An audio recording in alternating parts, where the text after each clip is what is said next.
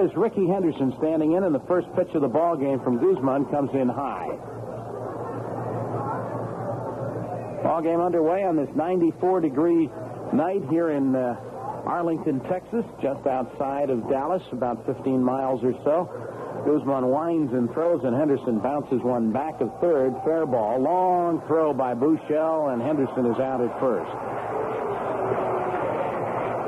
5-3 on the putout at first base, and Buechele had a long throw to make. He was playing Henderson perfectly, deep behind the bag. One away, and that will bring to the plate Gary Ward. You know, it appears to me, Hank, I don't know if you noticed this, but it still doesn't look like Rickey's running full speed. Well, my initial thought when I saw where Buechele fielded the ball was, hey, this is going to be close, and it wasn't. Pitch to Gary Ward is low and outside. 1 ball, no strikes.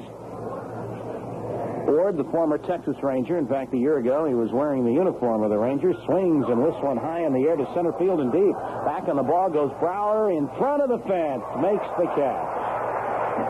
400 feet to straightaway center field, and Brower caught it just to the right of the 400-foot sign. So quickly, they're 2 down here in the first inning. And here comes Don Mattingly. Dead ball to center by Gary Ward, kind of getting to be familiar. The first game of this series up, Charlie Huff, he hit one to deep center that Ruben Sierra had to go up against the fence and make a leaping catch on. Well, here is what most people came to see tonight, Don Mattingly, and the pitch to him is at the knees for a strike. And Guzman keeping the ball down on that first pitch to Mattingly. Don has homered in 7 consecutive games, a new American League record. He takes a pitch outside and low. 1 ball, 1 strike. And, of course, as all of you know, he is 1 shy of the Major League mark held by Dale Long. 1-1 pitch, and Mattingly takes high outside. Interesting to see hear the crowd reaction if Mattingly walks. 2 balls, 1 strike the count. We might hear the reaction all the way from New York. And the 2-1 to Mattingly is pulled to first base. Fielded by O'Brien. He's got it. Steps on first side, retired. So the Yankees go quickly in the top of the first. 3 up, 3 down after half an inning. The Yankees nothing. The Texas Rangers coming to bat.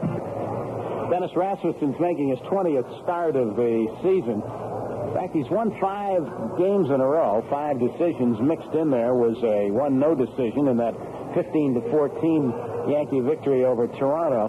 In process, Rasmussen has boosted his record to 8 wins, 4 losses, although his earned run average still stands at 4.24.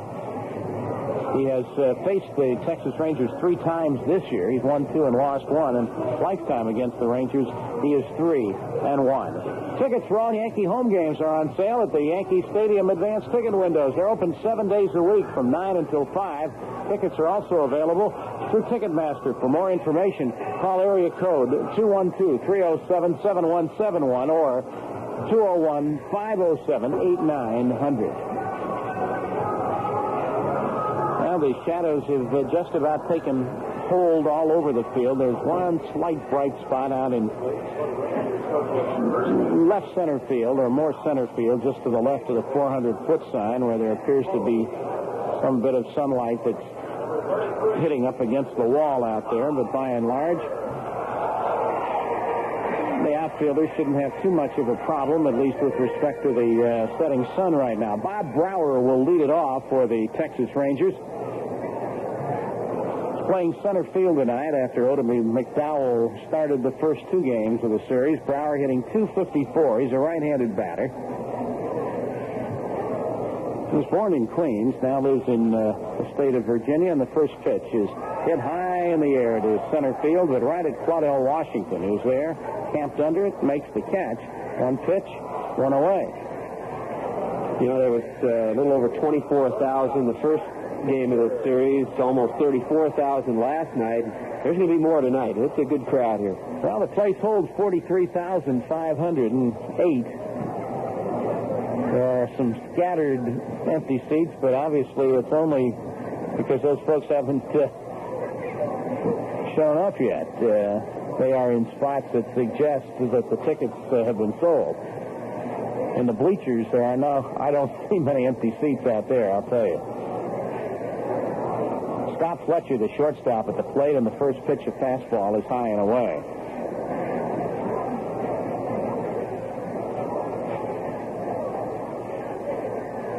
Fletcher had 2 hits in 4 at-bats last night against the Yankees. Rasmussen delivers, and that's low and inside.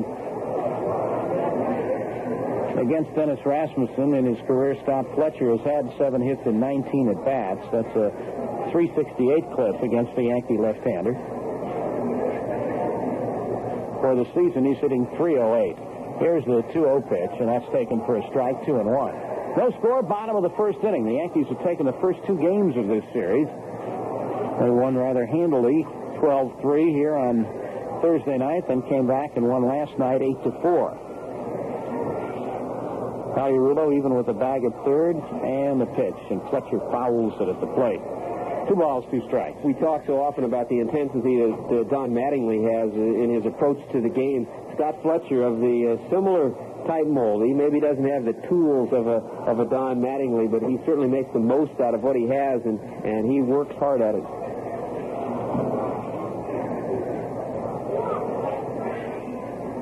Fletcher stands in. The 2-2 pitch is reached for and fouled off.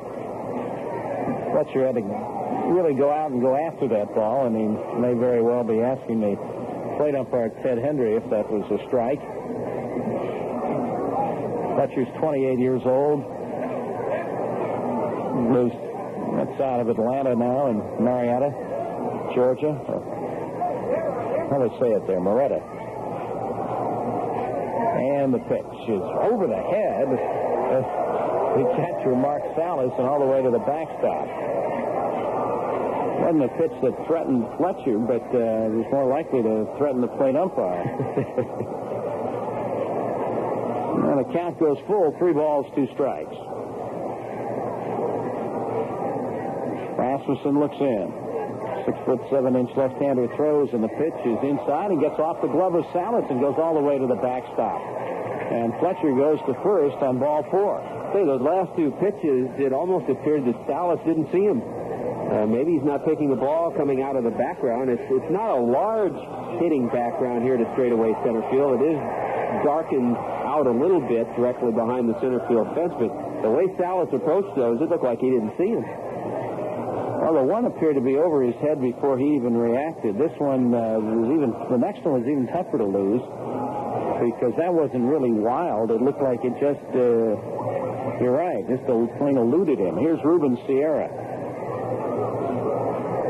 Well, if he's having a problem, Rangers could do a little running on the base path. Sierra batting right-handed. He's a switch hitter, and a breaking ball from Rasmussen is in for a strike. Sierra hitting .271. He had 1 hit in 5 at-bats last night. Toronto's picked up a run. They lead Minnesota 1-0 in the second inning. At Minnesota, Rasmussen looks at first and will go over there with a soft toss, and Fletcher is back. Meanwhile, Seattle is finding their lead eroded. It is now 6-3, the Mariners over Detroit in the third inning at Tiger Stadium. Sierra waits. Rasmussen throws, and the pitch is golfed foul off toward the Yankee dugout on the third base side. I'm talking about before the game, the fact that Dale Long, when he hit the 8 home runs in 8 consecutive games to set the record, used the same bat throughout, and Don Mattingly, of course, has done the same through his American League record-setting 7 games. When you think about it, it does make some sense. Here's a throw to first base. When you're hitting the ball as well as Mattingly has been hitting the ball over this stretch, you don't run the risk of breaking the bat. He is obviously hitting it very solidly. And the pitch to Sierra, he started to swing, and he's out. Tried to hold up, couldn't do it. Sierra strikes out, 2 away. The biggest fear for a hitter in that situation is not to have one of those bats that'll start to chip sometimes up on the barrel head on the meat end where you hit most of the balls. If you have a bat over a length of time, if you get a bat with poor wood in it, it might chip and you'll have to go to another one. But obviously the way Mattingly's been hitting, his has some good wood in it and it's not chipping. I wonder if that's a Robert Redford model. Here's Larry Parrish with 2 out and a runner at first base. Bottom of the first inning, no score. Rasmussen turns, throws to first base, and Fletcher is back. Parrish always a threat. Got 20 home runs and holds the bat right on his right shoulder, takes a pitch that's up high. 1 ball, no strikes. Maybe that bat carved back in some garage in Evansville, Indiana. That's right. Not all that far from where the Louisville people are. They're making their bats in Indiana now. Slow curve is low inside. That's the last I heard. I think the factory had actually moved.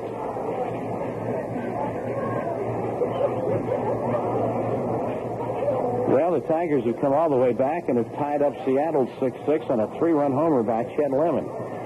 Things are happening in Detroit. Throw to first base, and again, Fletcher is back. Does that mean we can no longer call them a Louisville Slugger? Well, I'd have to look into that a little bit, but my understanding is that they did, I think the factory itself has moved. Here's the pitch to Parrish, and that's on the inside corner for a strike. 2-1. Remember Joe Garagiola one day, we were talking about Ted Kluszewski, and he said he could hit 300 with his elbows. He was so strong. And you look at Parrish, and you start to get that same feeling. Rasmussen kicks and delivers, and Parrish fouls one straight back. You know how most sleeves, when you look at a ball player's uniform, they kind of just hang on the arms, the upper arms. Parrish's are just tightly around his biceps.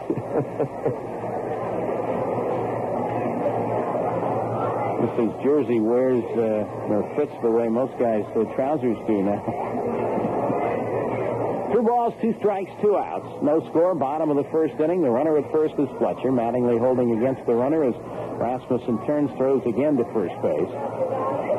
Columbus leading Rochester 3-0 after 4. Orestes Estrada to his 17th home run. Now the 2-2 pitch to Parrish. Strike 3 called. He got him with a breaking ball that Parrish wasn't looking for, and the side is retired. Rasmussen strikes out 2 in the first inning. No runs or hits. A runner left after an inning. Yankees nothing. Rangers nothing. To the second inning. The Yankees nothing. The Texas Rangers nothing. And Claudell Washington will lead it off for New York, facing Jose Guzman, the 24-year-old right-hander of the Texas Rangers. One thing you have going for you here in Texas, it may be warm. It's 93 degrees, but with the wind chill factor here, it brings it down to 91. Here's the pitch to Claudell, and that's in for a strike. And it is windy. Washington batting .301. And the pitch. He takes, that's in there for a strike.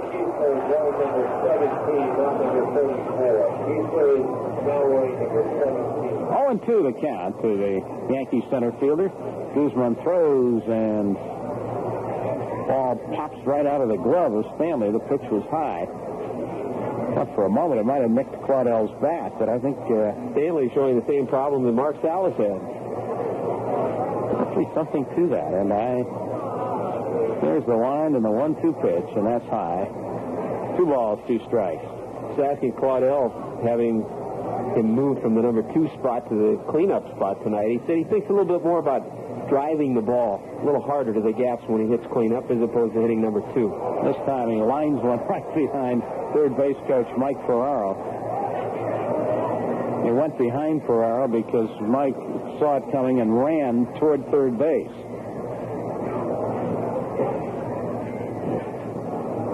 Mike got a pretty good jump that time. You notice he looked up to the press box to Stan Williams to see where he should go on this next pitch. 2 balls, 2 strikes.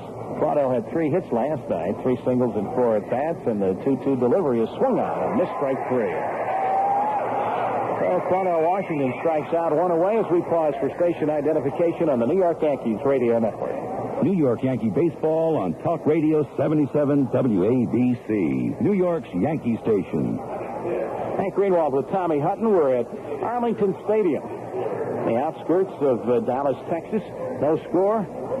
Top half of the second inning. Designated hitter Mike Easler steps in. Mike has yet to hit the long ball since coming to the Yankees. Swings and misses at the first pitch. Easler has had over the years pretty good power to the opposite field. A line by Guzman in the pitch, and this one is hit back to the mound. Fielded nicely by Guzman, who throws him out. And they're 2 away. What's the members only you wear but can't see? Members only cologne and aftershave. You can't see it, but you sure can feel the results. And remember, join members only in their fight against drug abuse. Just say no. With 2 away and nobody on, that will bring to the plate Mike Pagliarulo.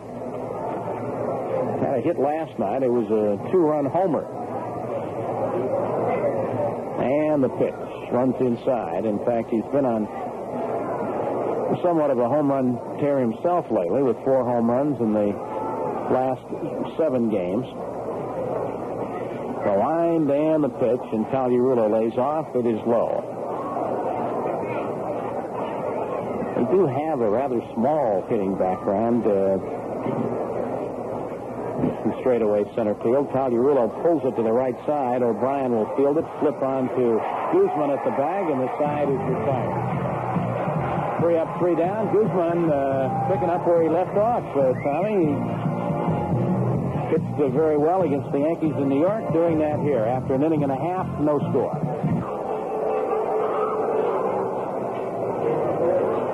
We go to the bottom of the second inning. Yankees and the Texas Rangers 0-0, and Texas will send to the plate Pete O'Brien to lead it off.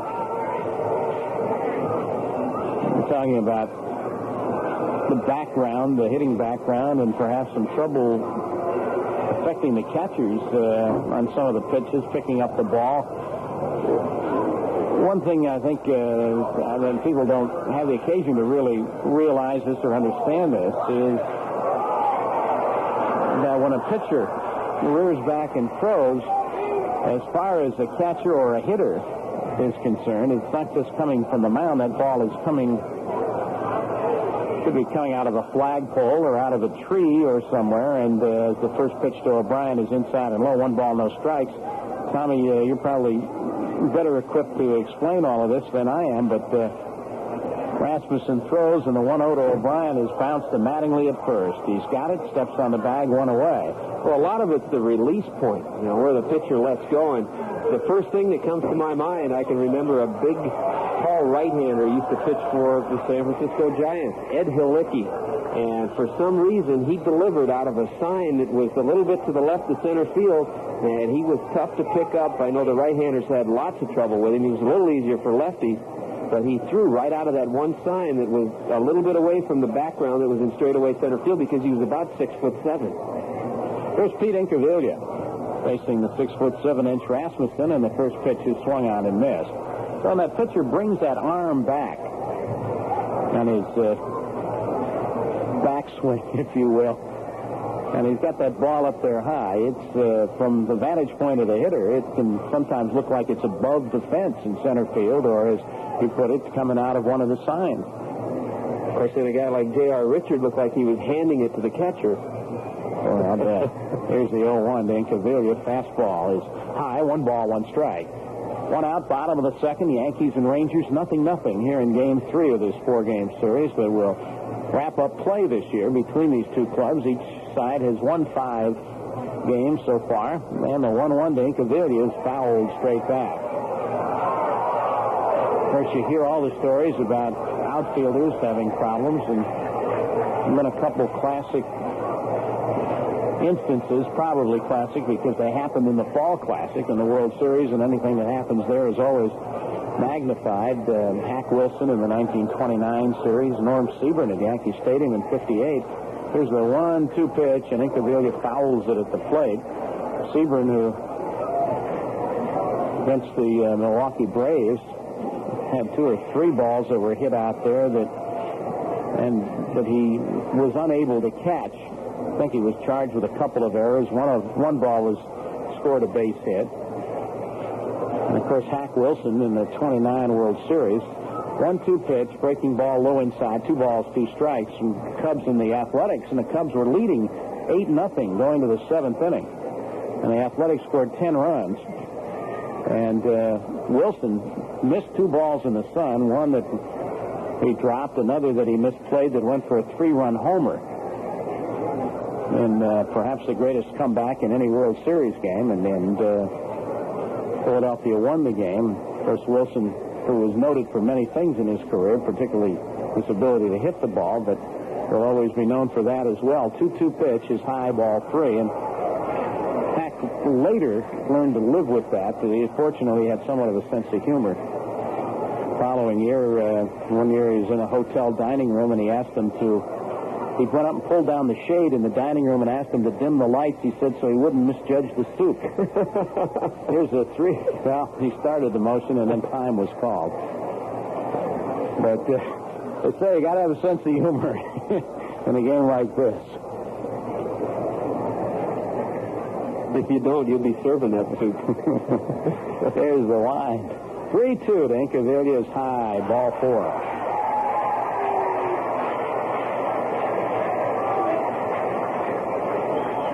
Prior to that pitch, plate umpire Ted Hendry appeared as if he was giving Incaviglia a little bit of a lecture. After granting him the timeout, as Rasmussen was just in the motion of bringing his arm forward, he never did go through with the pitch a moment ago.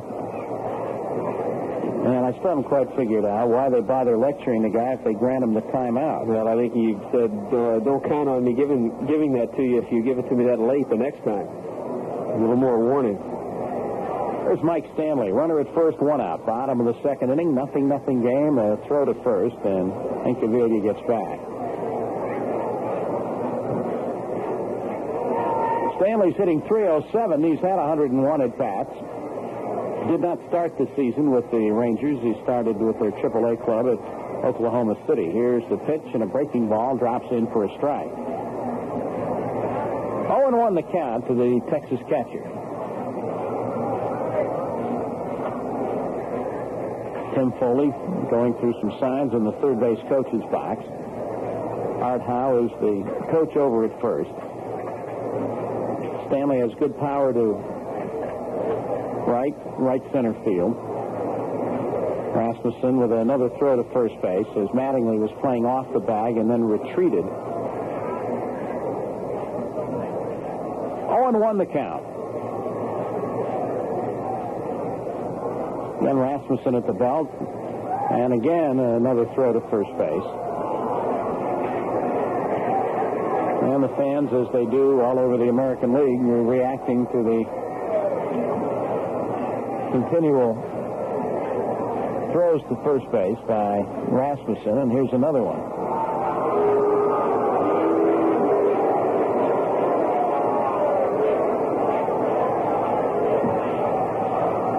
The count. Stanley waiting patiently. Here's the pitch, and breaking balls in there for a called strike 2. I really think in certain situations, I believe this would be one of them. With Incaviglia at first base, he has some speed. He's stolen 8 out of 10, but it wouldn't be a steal situation. If he's running, it would be a hit and run. And so he's not going to get as big a lead. So why keep throwing over and over and over? Here's the 0-2 pitch, fastball high and away. And with the ability of Stanley to take the ball to the opposite field, which we have certainly seen demonstrated, might be an opportunity for the Rangers to go that way, although I'm not saying they'll do it with 2 strikes. Here's the 1-2 pitch, and that's looped in the air wide at first. Mattingly comes over near the track, near the tarp, makes the catch. Tough catch. Mattingly was running out of room in a hurry. He had no more than a couple of feet before reaching the fence, separating the warning track from the lower boxes. But what made it tough is to concentrate on the ball. It was not hit that high. It was... There's such a thing as a high pop-up, and this was a low pop-up, and Mattingly had to really turn on the speed to get to it. Plus, he was right near the corner, the end of the tarp that's rolled up down there, so he had that to worry about, plus the fence. Now Steve Buechele steps in with a runner at first base, 2 out, and a throw over to first. And again, Incaviglia is back.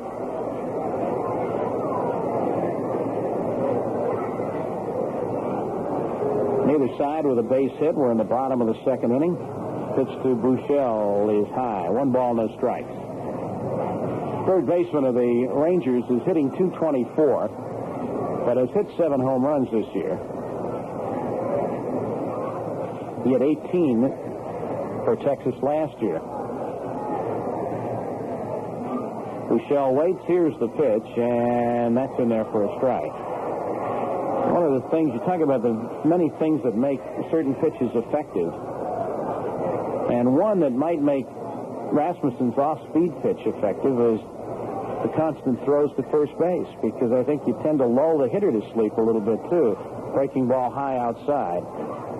Yeah, that's frustrating for a hitter when you're up there and a pitcher keeps throwing to first, because you dig in, you try to zero in on the mound and get your concentration going, and now all of a sudden he goes over to first. Now you have to step back in and do it all over again. Now the 2-1 pitch, and Buechele puts it high in the air to left center field. On the run is Henderson. Can he get to it? He makes a diving catch. Rickey Henderson. As that ball looked like it got caught up in the wind, and Claudell was chasing it. Henderson really turned on the speed, and with a dive, he pulled it in.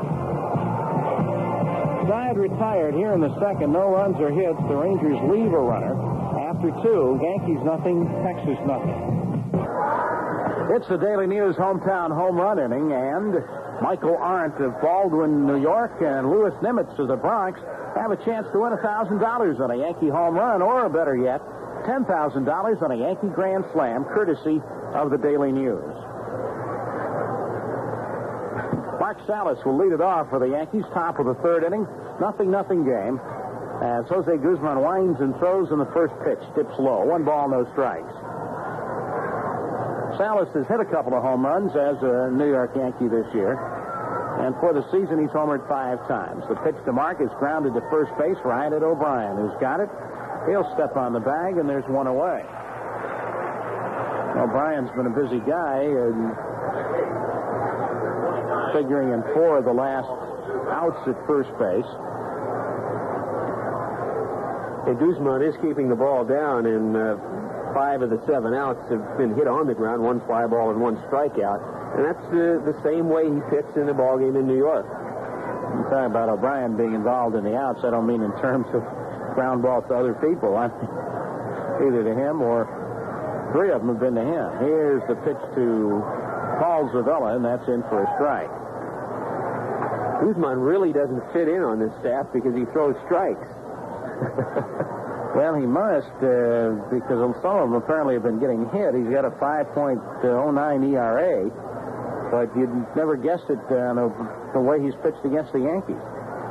Right-hander delivers, and Zuvella hits one slowly to short. Picked up by Fletcher, whose throw to first is in the dirt, and it's scooped out by O'Brien in time for the out.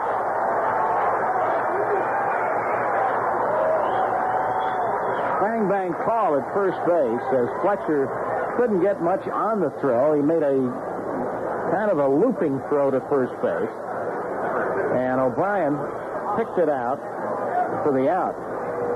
Very close play, and one, I suppose, if you wanted to argue it, no one could blame you. Well, again, there's that underrated first baseman in the American League, Pete O'Brien, showing that he also has a fine glove around the bag at first.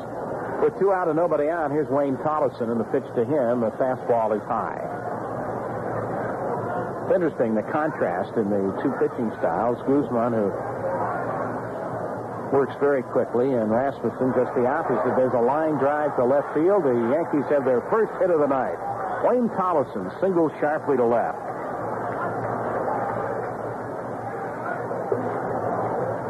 So a 2-out single keeps the inning alive, and that'll bring to the plate Rickey Henderson. Don't forget, Wednesday afternoon, kids, July 29th, the Yankees host the Kansas City Royals in a 1 o'clock game. It'll be Yankee baseball and batting helmet day. What does that mean to you? Well, if you're 14 and under, and you're at the ball game on the 29th of July, you'll receive a Yankee baseball and a Yankee batting helmet. tickets are on sale now. Throw to first, Tolleson's back.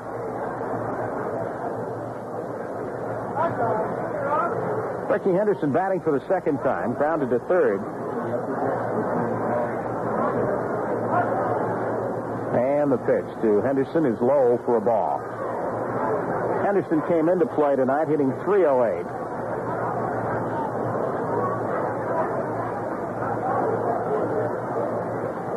Guzman has won 5, lost 3, and has had in 2 of his 3 losses complete game outings, although Steve Buechele pointed out one day we were talking, he said, in this league, American League, you're more likely to have a complete game loss as a pitcher than a complete game win. With the reliance on relief pitchers to nail down victories, you don't get that many complete games when you're ahead, but you may stay in there if the game's close and you're losing. The pitch is low for a ball.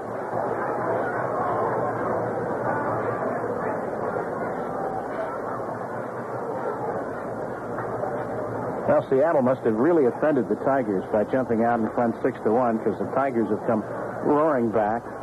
They now lead Seattle 9-6 in the bottom of the 4th inning. They awakened a sleeping Tiger. Check of the runner, and the pitch to Henderson is high and inside. 3 balls, no strikes. What's the latest, you ask, for Minnesota? Well, the Twins have picked up 3 runs. In the bottom of the 3rd, they lead Toronto 3-1. Here in Texas, no score, top of the 3rd. Tolleson at first, 3-0 to Henderson is low, ball 4. So after Guzman had retired the first 8 men to face him, he gives up a 2-out single to Tolleson in the 3rd, followed by a walk to Rickey Henderson. And that'll bring to the plate Gary Ward. Milwaukee leads California 3-0 after 2. That game at Milwaukee. How about those Brewers last night? 20 base hits. How about Dale Swain last night? 3 home runs. 3 home runs. He had only 9 coming into that game.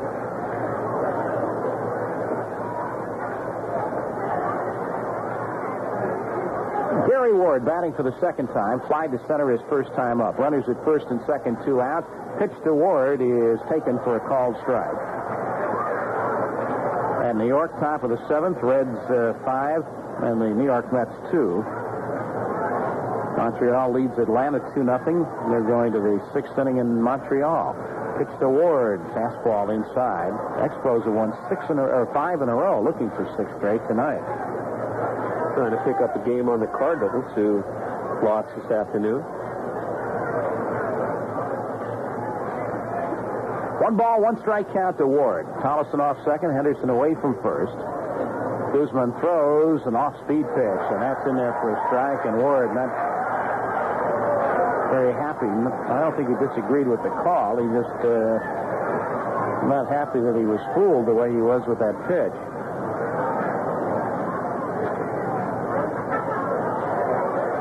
One ball, 2 strikes, and the pitch to Ward is pulled toward the hole between short and third, picked up by Fletcher, throws to second. They get a force on Henderson on a very close play at second base. Boy, there's 2 close plays this inning in which Yankee runners were called out, and both Mike Pagliarulo and Lou Piniella come out to debate the point with Darrell Cousins. 6-4 on the force at second, side retired. In the 3rd for the Yankees, no runs, a hit. They leave 2 on after 2.5. It is the Yankees nothing, Texas nothing. There were no Yankee home runs last inning, but Mike Arlington, Baldwin, New York, and Louis Nimitz of the Bronx will be guests of the Daily News at an upcoming Yankees game. Jerry Browne will lead it off for the Texas Rangers as we go to the bottom of the 3rd inning. No score. Dennis Rasmussen throws in the first pitch. Hit in the left center field, and that one's going to be up the alley. Claudell Washington reaches out to cut it off around first. On his way to second goes Browne with a headlong dive. He's in with a double.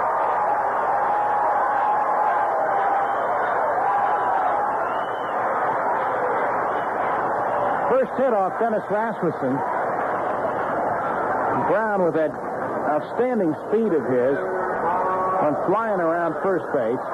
Washington's throw was wide of the mark coming back into the infield, and Jerry Browne has himself a double. So we'll go to the top of the order for Bob Brower.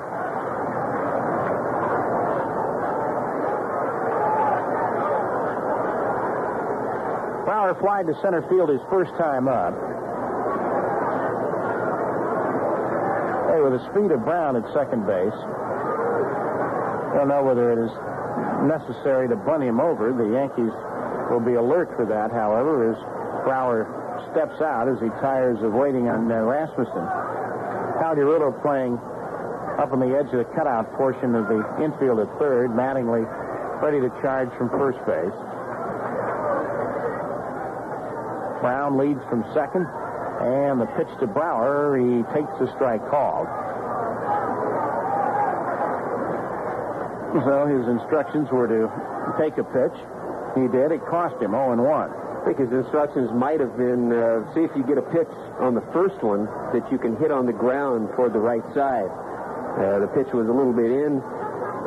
And Brower thinking to himself, that's not the kind of pitch I can hit that way. Now he might be bunting. Now he does bunt and misses. Throw back to second base. What a catch by Tolleson to keep that ball from going into the outfield.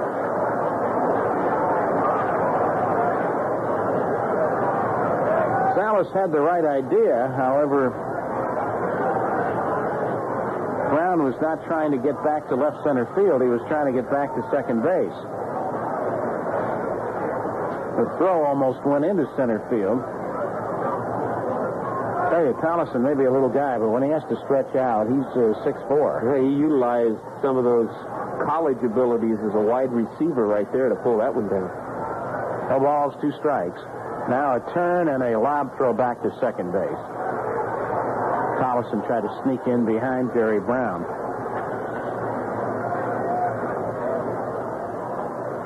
Not all that vital at the moment, but certainly Browne I'd not be surprised to see him at some point attempt to steal third base.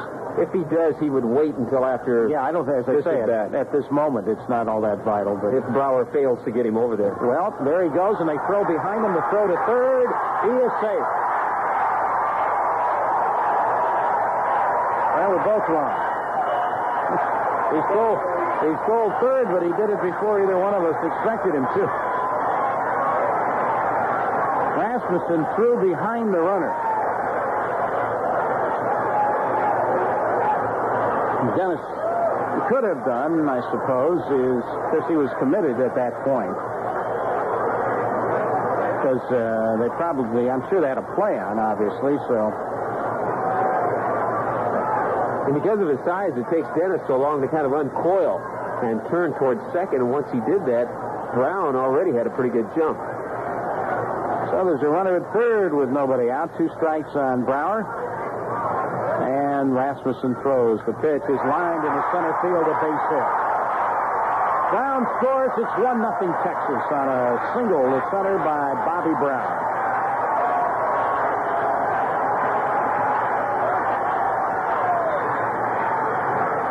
So for the first time in this series, the Texas Rangers have taken the lead.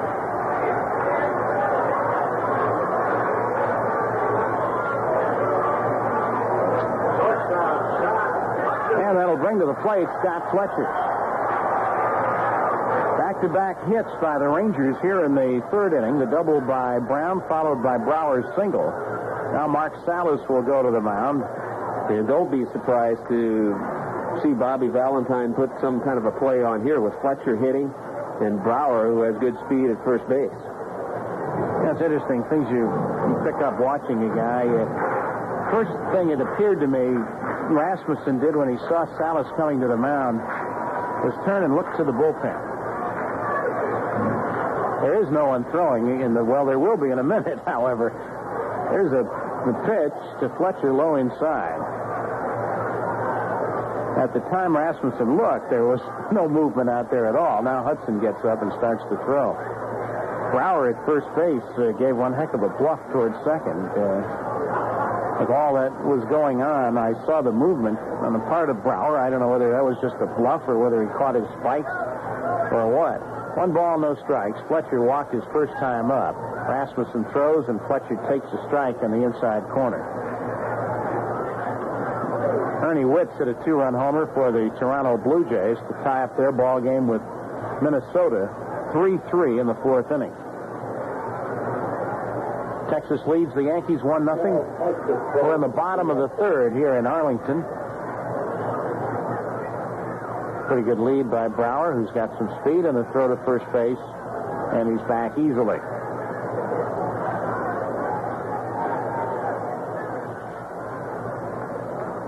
For Charles Hudson, who is throwing in the bullpen, this is home territory for him as he grew up in these parts. Rasmussen throws, and Fletcher almost stepped into that pitch. Breaking ball was high and a little bit tight. Fletcher had lifted the front leg and was striding toward the ball, which he really didn't need to do because it was coming to him. Coming a little closer than he really liked. 2 balls, 1 strike. Rasmussen could use that ground ball right at one of his fielders right now. Instead, he'll throw to first base, and Brower goes back in standing up. Rangers lead it 1-0. We're in the bottom of the 3rd inning.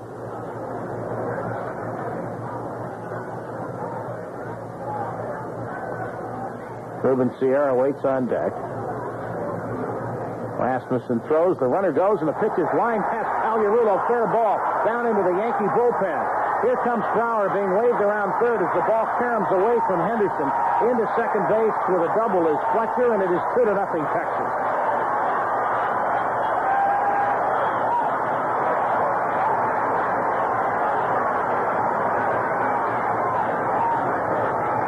Well, they're hitting the ball hard off Dennis Rasmussen here in the 3rd inning. Browne's line shot in the alley in left center field for a double. Sharp single up the middle off the bat of Brower. And now another shot right over the bag at third base for extra bases off the bat of Fletcher, who picks up an RBI. Well, we've been talking about the way Scott Fletcher has hit the New York Yankees 5 for 9 now in this series. In his last 4 games against the Yankees, Fletcher has 11 base hits and 18 times to the plate. Ruben Sierra steps in with a runner at second. Still nobody out. Rasmussen throws, and Sierra golfs at it and lashes it foul into the seats just past third base.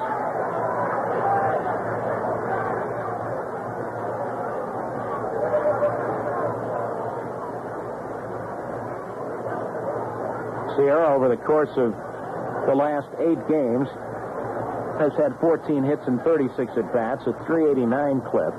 Up there batting right-handed.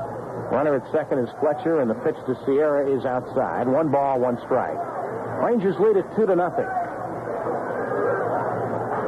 Hudson starting to get it in gear now in the Yankee bullpen. There's Rasmussen faltering here in the 3rd inning. There goes the runner. Rasmussen steps off. They've got him trapped off second. Rasmussen throws to Zuvella. Zuvella is chasing Fletcher, and he tags him out. But it does indicate what the Rangers feel that they can do against Rasmussen. That time they got caught at it. Caught stealing goes 1-4. And the Yankees get a big break right there. Really a base-running mistake by Scott Fletcher, because with nobody out and a runner at second base, the situation they had, now there's 1 out with nobody on, you don't want to take any chances like that. You leave it up to the hitter right there to try to move you to third. Here's the 1-1 pitch, and Sierra takes a breaking ball in the dirt. I think they are just flat out saying, look, we feel we can run on you anytime we want. Rasmussen throws 2-1, and that's in there for a strike. That is the Yankees' 7th caught stealing by a pitcher. 2-2 the count. Left-hander throws and a curveball, and it's rolled slowly toward third, where it's fielded by Tim Foley in the third base coach's box. Count remains 2 balls, 2 strikes. And you think about with Browne, who did steal third base, they really had him. At least they had guessed right on that one. 2-2 pitch, curve, and that's pulled foul again, and Foley grabs another one.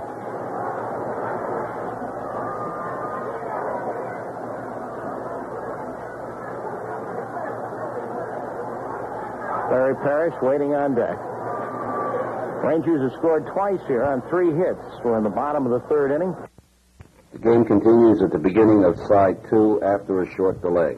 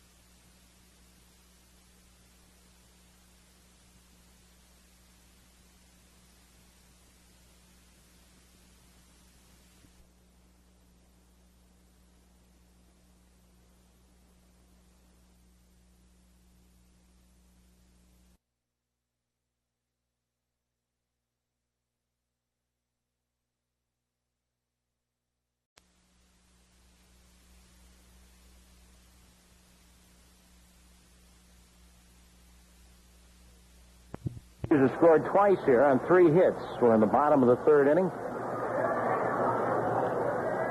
Rasmussen starts his windup. 2-2 pitch to Sierra, curveball, and it's pulled foul into the seats down the left field line.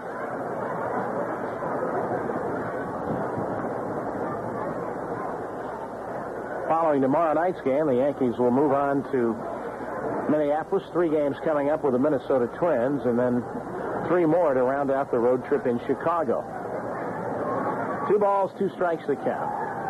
And the pitch, Sierra swings, hits it in the air, left center field, and that one is going to be up the alley, and it's going all the way to the warning track and to the wall.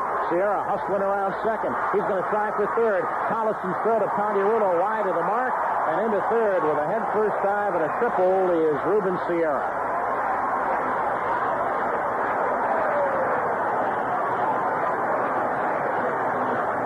Well, if nothing else, we're certainly getting a look at the speed on the base paths that the Texas Rangers possess. Well, Ruben Sierra said to himself after seeing Scott Fletcher get picked off, well, I got to get somebody to third. He got himself there. That's going to be all for Dennis Rasmussen, as the Rangers have hit 4 balls hard here in their 4 base hits. The double by Jerry Browne, the single by Brower was hit well, Scott Fletcher's base hit, and this triple by Ruben Sierra hit on the nose. So that's going to be it for Dennis as Charles Hudson comes in. And as Rasmussen leaves, we're in the 3rd inning. It is 2-0. Texas leading the Yankees. We'll be back right after this.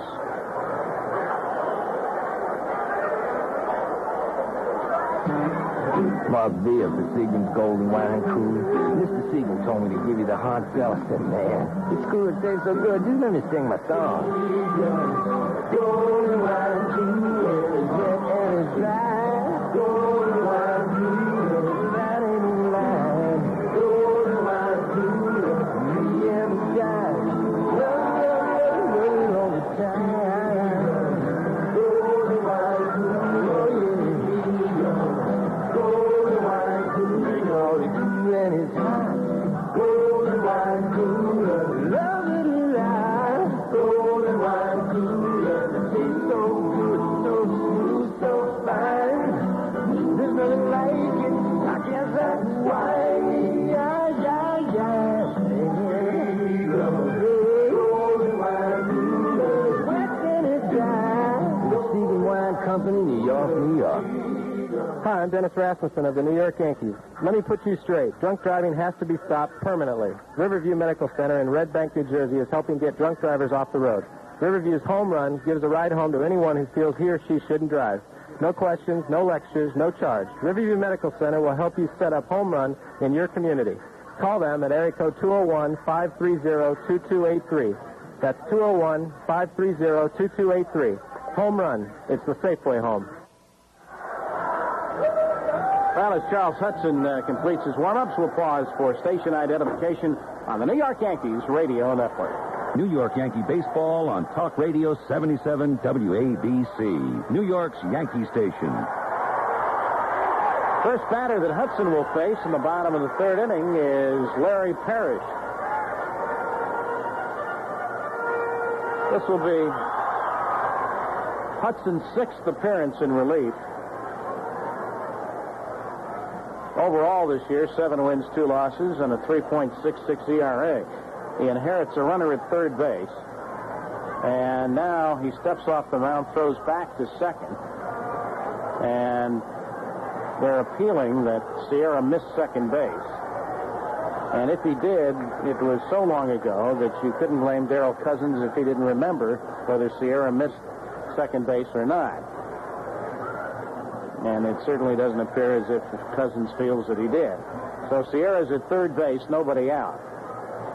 Yankees bring the infield up as Hudson looks at third, delivers to Parrish, and the pitch is fouled straight back. Parrish swings very hard to begin with, but he definitely swung that time as if he knew what he was going to get on the first pitch from Hudson. And he was right. He got the fastball.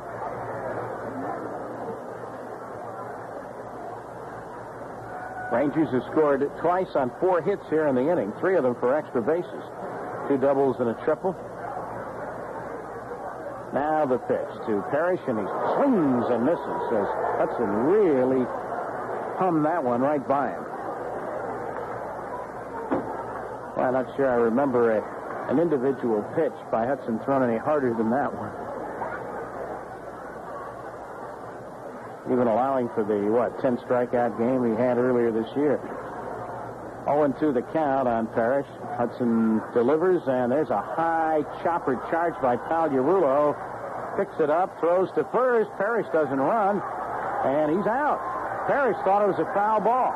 Out at first, the runner holds at third. I think that same thing happened to Parrish at Yankee Stadium in a game not too long ago. Bobby Valentine comes out of the dugout. Parrish now he wants some of the third base umpire, Mark Johnson. I think the ball, he thinks it hit his foot. Well, he's trying to get the third base umpire, in this case Mark Johnson, to overrule the home plate umpire, thinking of third base umpire or first base umpire having a better look at that. It's a good play by Pags, because when Pagliarulo came in to field it, he first checked the runner, and then he went to throw to first and wanted to make sure that the call was made. He didn't want to just hold it, so he went ahead with the throw. And as it turned out, he retired Parrish at first base. Well, it is a very strong suggestion in looking at the replay that Parrish has a pretty good point. Hard to believe you'd play the game as long as he has, and he's standing there at home plate. If you, oh yeah, he's going to run. He thinks he did not hit it off his foot, so he probably has a pretty good beat. But it doesn't look like he's going to win the argument. Well, so remember that one. That could be a break. It is a break in this inning. It could have been another run, depending upon what Parrish would have done after that. That would have been called foul. Really is a big break, because Parrish is the kind of guy who has the ability to deliver a sacrifice fly, and with that runner at third base and 1 out, as was the case a moment ago. Now there's a runner at third and 2 out, and Pete O'Brien at the plate. The pitch from Hudson is high outside.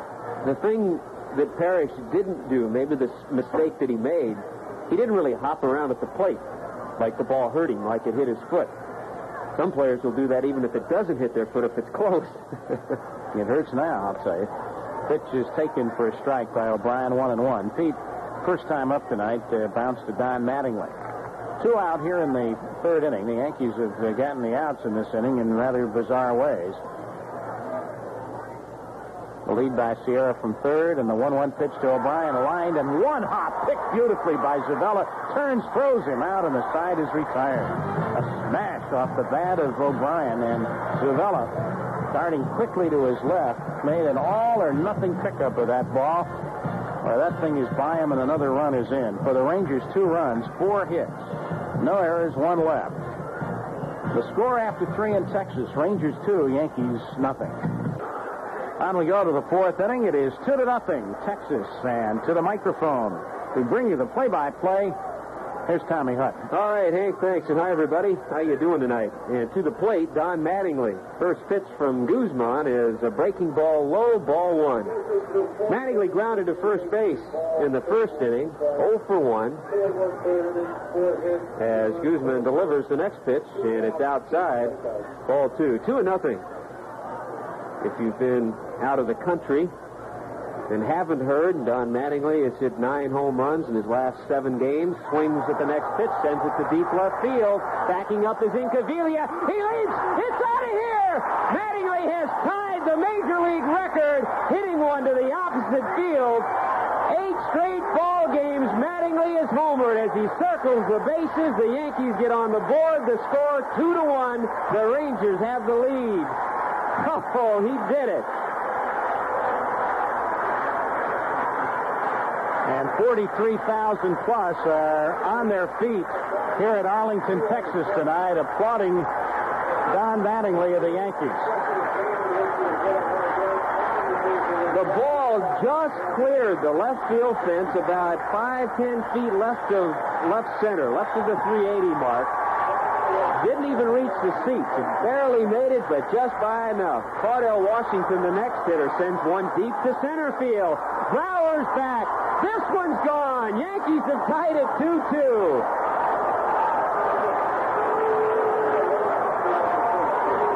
Claudell Washington going to straightaway center field has tied it with a shot, his 6th of the year. The Yankees have tied the Rangers 2-2. Hey, Hutton, if I knew you were going to do all this, I'd have gotten you on sooner. Oh, my goodness. Claudell Washington didn't even give the fans a chance to sit down after they had remained standing to get Don Mattingly to come out of the dugout for a tip of the hat. No sooner did he do that than Claudell Washington stepped up and drilled one to straightaway center field. Mattingly now with 18 home runs. 10 home runs his last 8 ball games, and has tied the Major League record set by Dale Long back in 1956.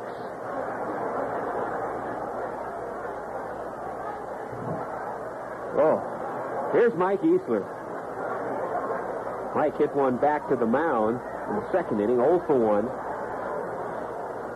As Jose Guzman delivers, and Easler takes a strike, 0-1. Back-to-back home runs here to start off the 4th, Mattingly and then Washington. Curveball to Easler stays outside, and it's 1-1. Well, you remember my words to you before you went on.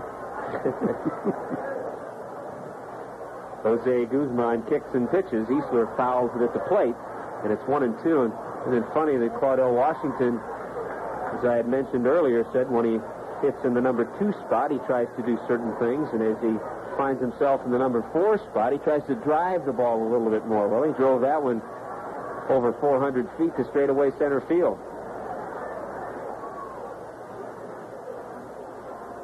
Guzman with the pitch to Mike Easler. It's outside, ball 2. 2-2. Don Mattingly has done it once again. The pitch to Easler. He hits a hard shot off the foot of Guzman. He lost it for a second. Now regroups, picks it up, and flips it to first. Mike Easler hit a shot off the right foot of Jose Guzman, who really didn't know where the ball was. All of a sudden, he turned and saw it. It had trickled over towards first base. He went over, picked it up, and gave an underhand toss to Pete O'Brien. So Easler is out, and that'll bring up Mike Pagliarulo. Well, you start looking back at the surge that Don Mattingly has started, and it all started back on the 8th of July. Pagliarulo fouls the first pitch off, and it's 0-1. And if you remember in that ball game, it was against the Minnesota Twins, Don hit 2. One off Mike Smithson, and then one Behringer. And then the next 4 ball games with the Chicago White Sox in town, Mattingly hit home runs off Dotson, McEwen, De Leon, and then Jim Wynn. Here's the pitch to Pagliarulo, and the curve is in for a strike. It's 0-2. The Yankees then traveled to Texas after Don took a breather during the All-Star break, getting into the All-Star game and going 0-for-1, walked twice. Pags fouls it off, and it stays 0-2. And then here in the first game in Texas, hitting a pair, grand slam off Charlie Huff, and then a 2-run home run off Mitch Williams. Here's the 0-2 to Pags. The fastball is up high, ball 1, 1-2. And then setting the American League record last night, hitting a home run off Kilgus, the left-hander, to make it 7 straight ball games with at least 1 home run. Curveball's in the dirt, and the count evens 2-2 to Pagliarulo. The credit to Mattingly when you consider that against the right-hander, he's still going with the pitch. He took the ball to the opposite field. It's not like he was against the left-hander where you might expect him to go that way. And he's hit 2 of the 3 here to left field in this ballpark. Pitch to Pags, again chopped at the plate. And it's 2-2. And you know, probably the hardest thing that he's had to do, especially this evening, and he'll be thinking about it tomorrow, but he doesn't seem to let it affect him, is that he knows that this record is going. He knows he has his string alive, but he still is not trying for the home runs. There's a line drive off the bat of Pags into left field. Pagliarulo rounds first, will head to second, head first slide. He's in there. Pagliarulo with a double down the left field line. Incaviglia got over there to cut it off before it got to the fence. Fired back into the second baseman, Jerry Browne. Got a head first slide by Pagliarulo, and he's in with a double. Through all this, it's a 2-2 tie here in the top half of the 4th inning.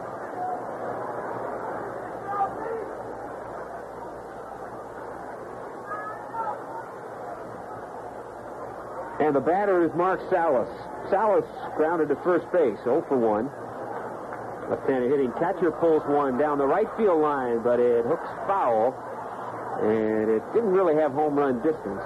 It's a long strike, 0-1. Through all this, I don't know if I mentioned that Rance Mullenix hit a 3-run home run for the Toronto Blue Jays in the 5th inning. So the Blue Jays now lead the Minnesota Twins 6-3.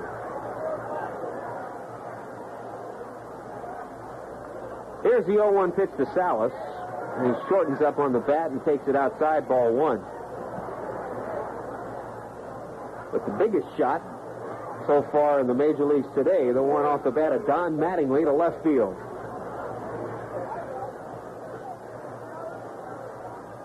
Pitch on the way to Salas. He pulls a liner to Pete O'Brien, who stabs it, throws to second, doubles off Pags. First baseman Pete O'Brien stabbed a line drive off the bat of Mark Salas, turned, threw to second, and Pags with the head first dive was about an inch short. That's all for the Yankees in the 4th, but they come back to tie it. Back-to-back home runs. Mattingly with his 18th of the year. That gives him 8 straight games with homers to tie the Major League record. Washington followed with a shot. Another base hit in the inning. So the Yankees had 3 hits in the 4th. Nobody left. We'll go to the bottom of the 4th inning. Yankees 2 and the Rangers 2. Batting in the bottom of the 4th inning for the Texas Rangers, it'll be Pete Incaviglia, Mike Stanley, and Steve Buechele face Charlie Hudson, who came on to relieve Dennis Rasmussen in the 3rd. And the Yankees tied it in the top half of the 4th. Don Mattingly starting it off with an opposite field home run to now tie the Major League record. In Dale Long share it as Incaviglia takes the first pitch low, ball 1.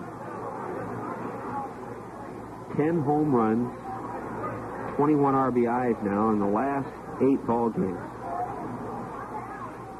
Here's the 1-0 to Incaviglia, and it's inside ball 2.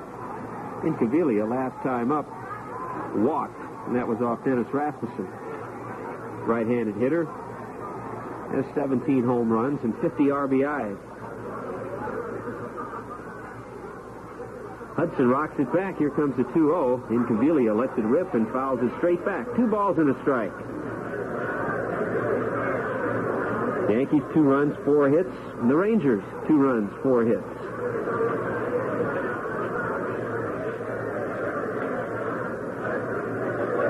Hudson had a start against the Texas Rangers here in Arlington. It was that ball game the Rangers came back to win 8-7 after the Yankees had a 7-2 lead. Incaviglia sends one in the air to shallow right field. Over toward the line comes the right fielder, Gary Ward. He keeps coming and finally puts it away just before he reached the foul line. Incaviglia is out, 1 man gone, and that'll bring up Mike Stanley.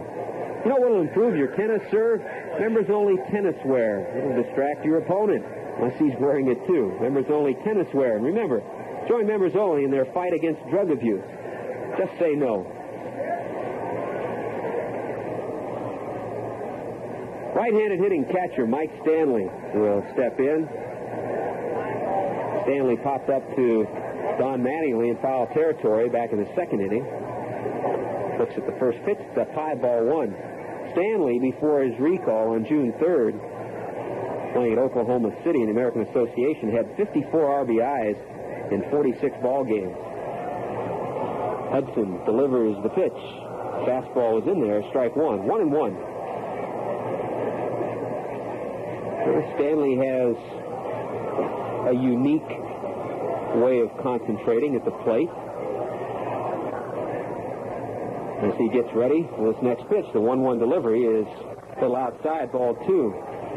Some hitters do different things to prepare, to concentrate. Stanley marks his bats. It's little letters on the handle of his bat as he takes high, ball 3, 3-1. He'll put HTTB, and he'll look at that as he steps in, and what that reminds him to do is hit through the ball. Pretty basic. Just looks down, sees the HTTB. There's the 3-1 pitch. He hits through this one, sends it high to left field. It's deep. Henderson racing over near the line, and in foul territory makes the catch. Rickey Henderson had to go well from his straightaway left field position to move over into foul territory about 5 feet or so in front of the fence and make that grab.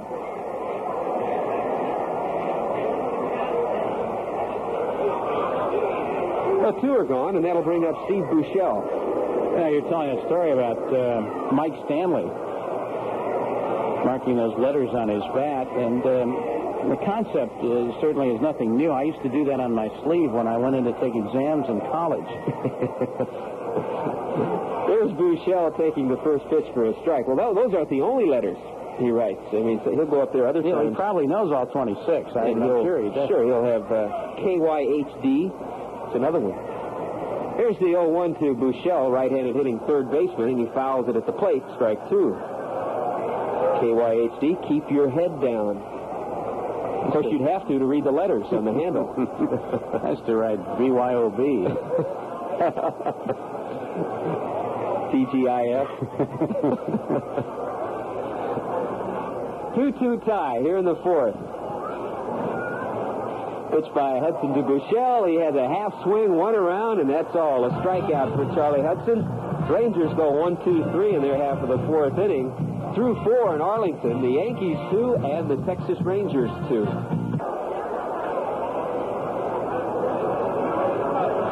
Paul Zuvella to step in to lead off the Yankee 5th. A 2-2 tie here in Arlington. Yankees and the Texas Rangers. Zuvella was just nipped at first base on a good play by the shortstop, Scott Fletcher, back in the 3rd inning. Went deep into the hole and threw low to first, but it was picked out by Pete O'Brien. So Zuvella 0 for 1. Stands in off Jose Guzman. The pitch is swung on and missed. Strike 1. Jose Guzman did not have a good finish to last year as he fires outside and misses, and it's 1-1. Last 12 starts for Guzman in '86, he was 1-7. There was a combination of just lots of pitching, and he felt he just got tired Next pitch to the plate, and Zuvella fouls it right at home plate, and it's 1-2.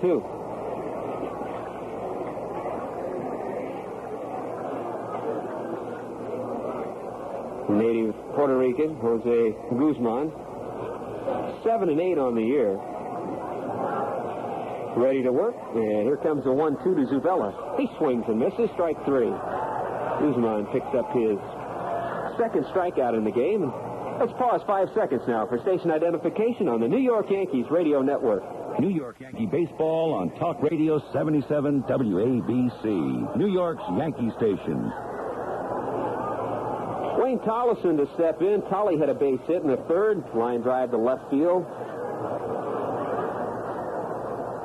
Yankees with 2 runs, 2 solo home runs. Mattingly and Claudell Washington back-to-back in the fourth. First pitch to Tolleson is in for a strike. So Mattingly with 10 home runs in the last 8 games. 8 in a row to tie that record. Here's the pitch to Tolleson. He bluffs a bunt and takes it low, ball 1-1. But that's not the record for most home runs.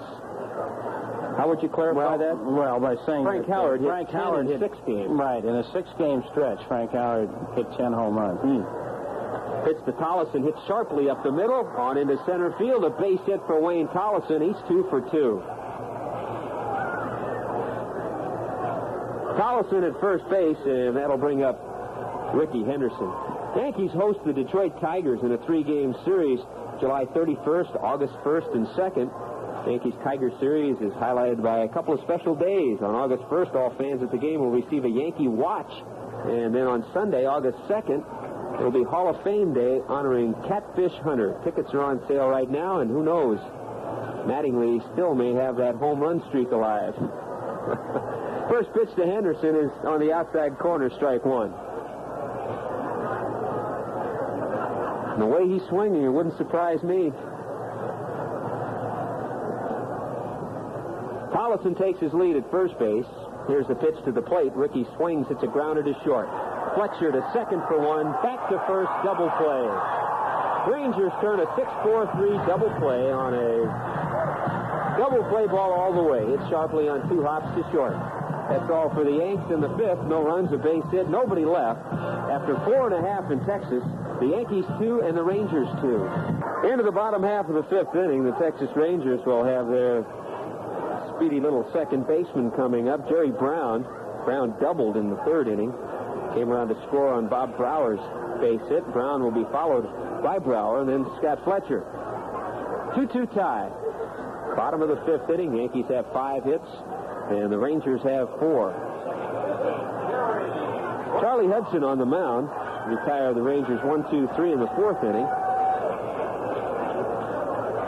The right-hander gets ready to work. Pagliarulo comes in from 3rd, plays in on the grass as Hudson's pitch comes to the plate. And the breaking ball is in for a strike. 0-1.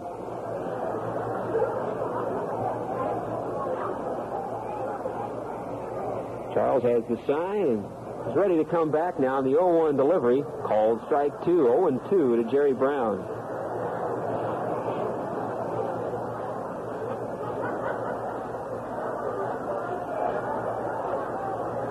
Rasmussen lasted 2 1/3, allowed 4 hits and 2 runs. Here's the pitch to Browne. Fastball is inside. 1 ball, 2 strikes. And you talk about big days and things that Don Mattingly has done recently. On this day in 1951, Ralph Kiner, Pittsburgh Pirates, drove in 7 runs at 3 home runs with the Brooklyn Dodgers. Here's the 1-2 pitch, and Jerry Browne takes it outside. 2-2. Down New York Mets broadcaster. Well, he had a strong 10 years, didn't he? Home run champion 7 times. 2-2 to Browne, fouls it back to the screen, and it stays 2 balls, 2 strikes. Hank and I were talking in between innings that, of course, the obvious talk around all of us and around lots of baseball right now is Don Mattingly, and you get the feeling as Hudson pitches to Browne, and he again fouls it off, and it stays 2-2. Right now, he has 18 home runs. You almost get the feeling that if Don Mattingly wanted to hit 50 or 60 home runs, he could. He would give up in other areas. He would strike out more. He wouldn't hit for as high an average. He probably would drive in the same amount of runs. Fastball to Browne is outside, and it's 3-2. You look at his numbers, and you're probably just as satisfied with that 340, 350, 35 home runs, 130 RBIs. Here comes the 3-2 pitch, and Browne takes it outside, ball 4. So after getting ahead 0-2 to Jerry Browne leading off the 5th inning, Charlie Hudson loses him. And Browne, who already stole a base, stole third in the 3rd inning, is at first base, and Bob Brower will bat.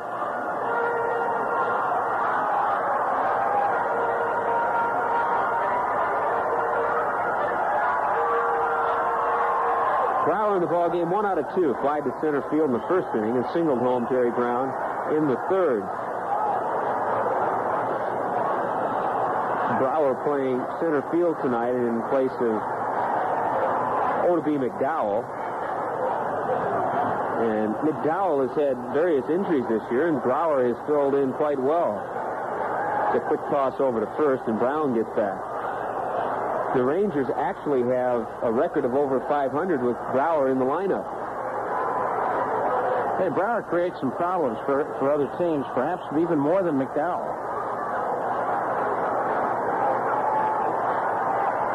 Right-handed hitter. And again, Hudson tosses over to first, and Jerry Browne makes it back with a head-first slide.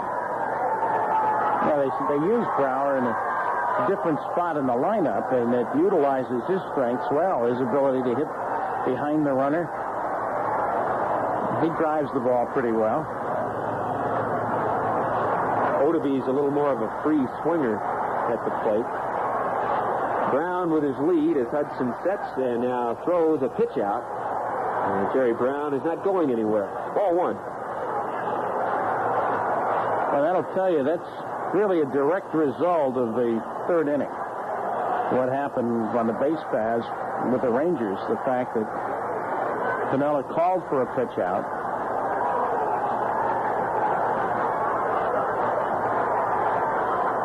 Well, Jerry Browne has really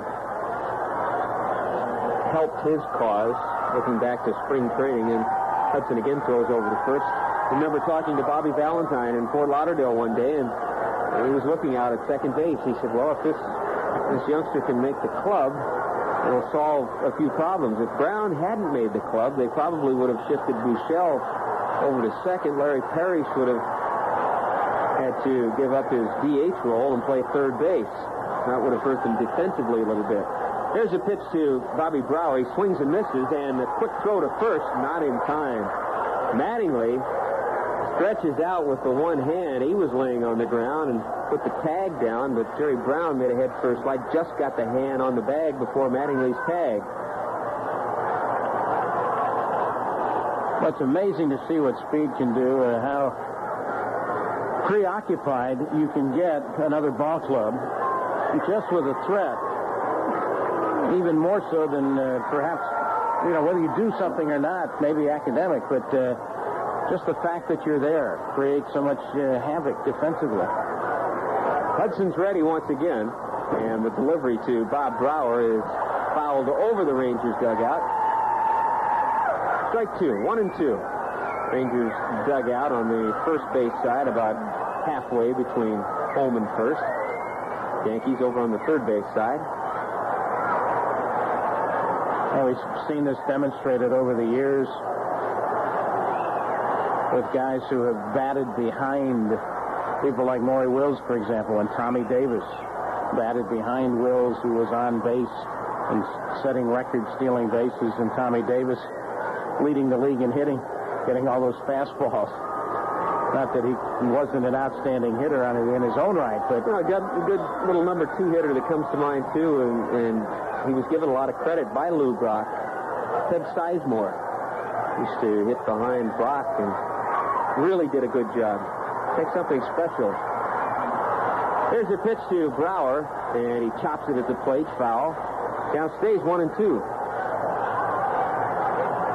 And that's another thing that so far, the Yankees haven't had a indication to miss it with Willie Randolph out, but you look at all the things that Willie can do, and you forget about the importance of a number 2 hitter in the lineup. So far, Claudell Washington has filled it well. Tonight, Gary Ward hitting in the number 2 spot. Another toss over to first, and again, Jerry Browne gets back. That time, it looked like Hudson lost his footing a little. Thought his spike maybe as he turned him through the first. 2-2 tie. We're in the bottom of the 5th inning. Nobody out. Jerry Browne at first base. Bobby Brower, the hitter. Kind of a straightaway stance for Brower. There's the pitch. There goes the runner, and the pitch is blooped into right field. A base hit for Brower. Jerry Browne will easily make third, and the Rangers have it going. First and third, nobody out. Well, the pitch not hit all that hard by Brower. Just blooped it to right field in front of Gary Ward. And with Browne running, easily made it to third.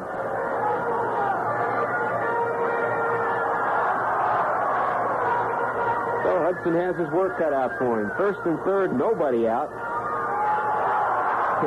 Guess who's coming up? Scott Fletcher. Fletcher last year against the Yankees batted a cool .421. Lifetime, well over 300. I mentioned the fact that in his last 5 ball games against the Yankees, he's 11 for 18 right now. Infield at double play depth, and the pitch to Fletcher's in for a strike. So far tonight, Fletcher's 1 for 1. Walked in the first inning, had a double and an RBI back in the third. Fletcher kind of doing what Willie Randolph was doing. He now has 42 RBIs, and he didn't have his 41st RBI last year until August 20th. And his career high is 50. Did that last year. Runners take their leads from first and third, and the pitch to Fletcher is outside. Might have been a pitch out. Looked like Mark Salas came up. He didn't really give it away early, but it appeared to be a pitch out, and it's ball 1, 1-1. Jerry Browne at third base, Bob Brower at first. A 2-2 tie here in the bottom of the 5th inning, and yes, Mattingly has tied that consecutive game home run record. 8 straight games with a home run. Mattingly hit an opposite field shot in the Yankee 4th. Here's the pitch to Fletcher. He swings and misses. And it's strike 2. 1-2. It almost appears as if Lou Piniella has been forced to think in the unorthodox manner in calling for a pitch out, just to counteract the unorthodox things that Bobby Valentine has done in this season series. Because you wouldn't expect something to be on with nobody out, runners at first and third, to call a pitch out. And not with Fletcher, the way he swung the bat. And Hudson gets him to swing and miss. A good fastball right on by Fletcher. He's out on strikes. And that'll bring up Ruben Sierra. So that is a big out. Still only 1 out. Browne remains at third, Brower at first. Sierra tripled to left center field in the 3rd inning. He was the last batter that Dennis Rasmussen faced. After that triple, Hudson came on to retire Larry Parrish, and then Pete O'Brien, and keep Sierra at third base. So it's tied 2-2 here in the 5th.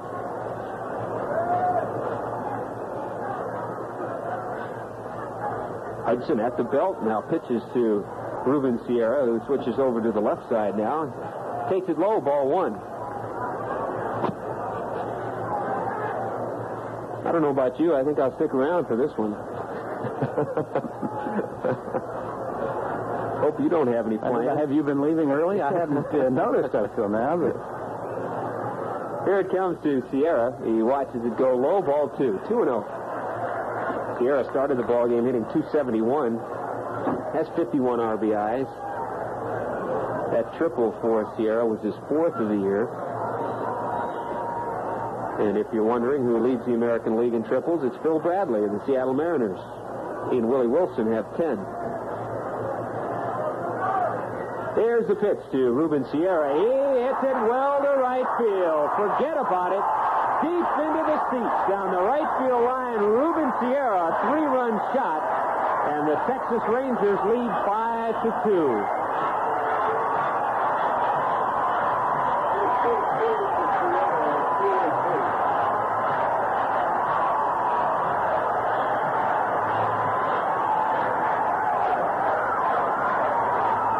Ruben Sierra hitting his 13th home run of the year. Got a pitch to his liking.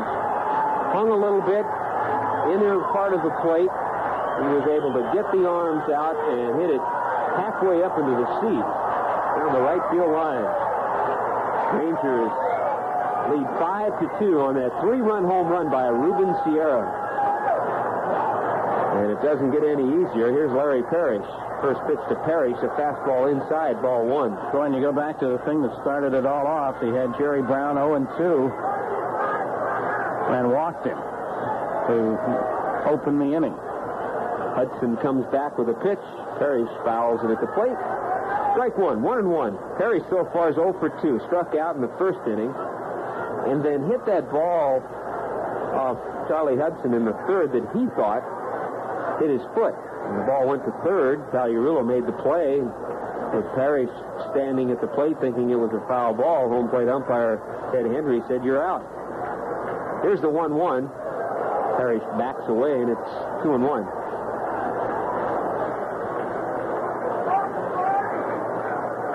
That home run off Charlie Hudson, the 10th home run that he's allowed this year.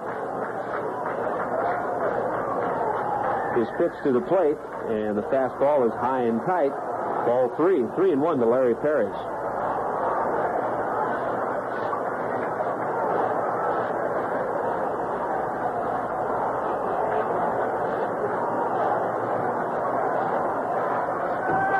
Well, you know Larry Parrish is going to have a rip here, 3-1. He's going to look for a certain area, a certain pitch, and then let it fly.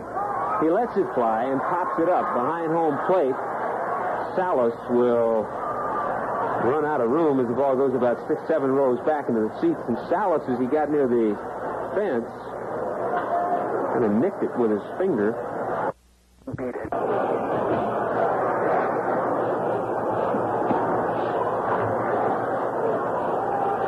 Tigers lead 10-6 over the Seattle Mariners after 7 innings.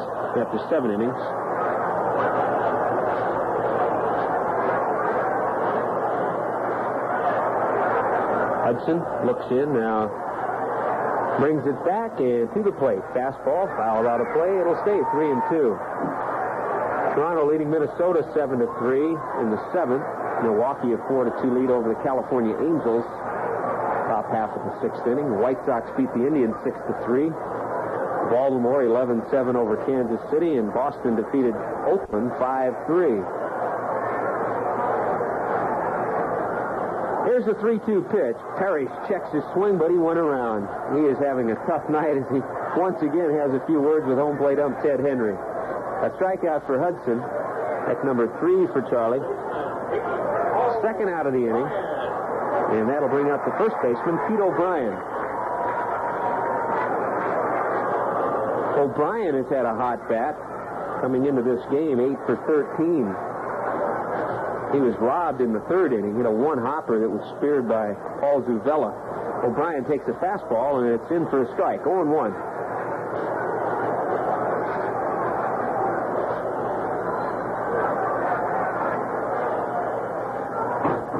Hudson works, and the pitch to O'Brien goes a little bit low, and it's 1-1. The game continues at the beginning of side 3.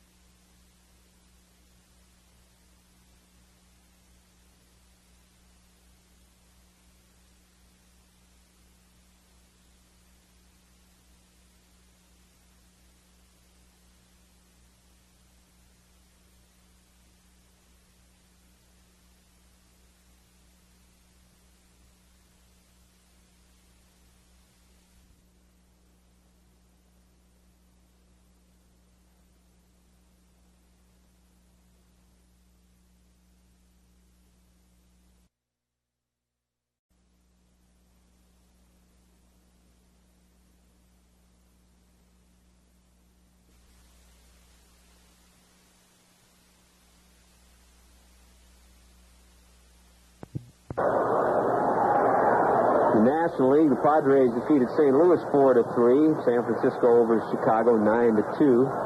Cincinnati beat the Mets 7-3. Fastball pulled to right field by O'Brien, not too deep.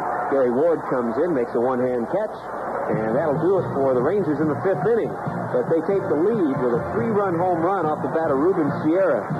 Had 2 hits in the inning, nobody left on base. So after 5 in Texas, the Rangers 5 and the Yankees 2. Gary Ward leading off the Yankees 6th, and Gary takes the first pitch outside for a ball off right-hander Jose Guzman. He kicks and fires with the next one, and Ward misfires. Strike 1, 1-1. Rangers lead at 5-2. 3-run home run by Ruben Sierra in the 5th inning has put them on top by 3. And you know who's on deck? Don Mattingly. There's a ball hit to right field, slicing over to the right fielder Sierra. He's there. He makes the catch, and Ward is out. Gary now 0 for 3. Gary's had a tough time of it since the action has started after the All-Star break. Gary 0 for 11 here in Texas. Well, with Mattingly stepping in, the catcher Mike Stanley goes out to have a talk with Guzman. He's probably saying, well, he's tied that record. Don't worry about it now. Mattingly with an opposite field home run in the 4th inning, his 18th of the year, gives him 10 now in his last 8 ball games, and it also ties him with Dale Long for that Major League record of home runs in 8 straight.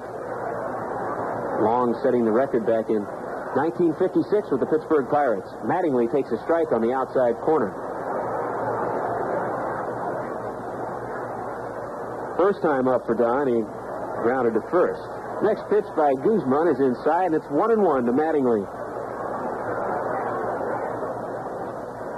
Almost doesn't even seem right to tell you he has a 9-game hitting streak now. Fouls the next one at the plate, and it's 1-2. Well, it wasn't too long ago that people were saying, what's wrong with Mattingly? Hitting around 240, 250. Well, since then, he's hit in 38 of 43 games over 400 average. Now people are still saying, what's with that guy? Here's the 1-2 pitch. Breaking ball down and in.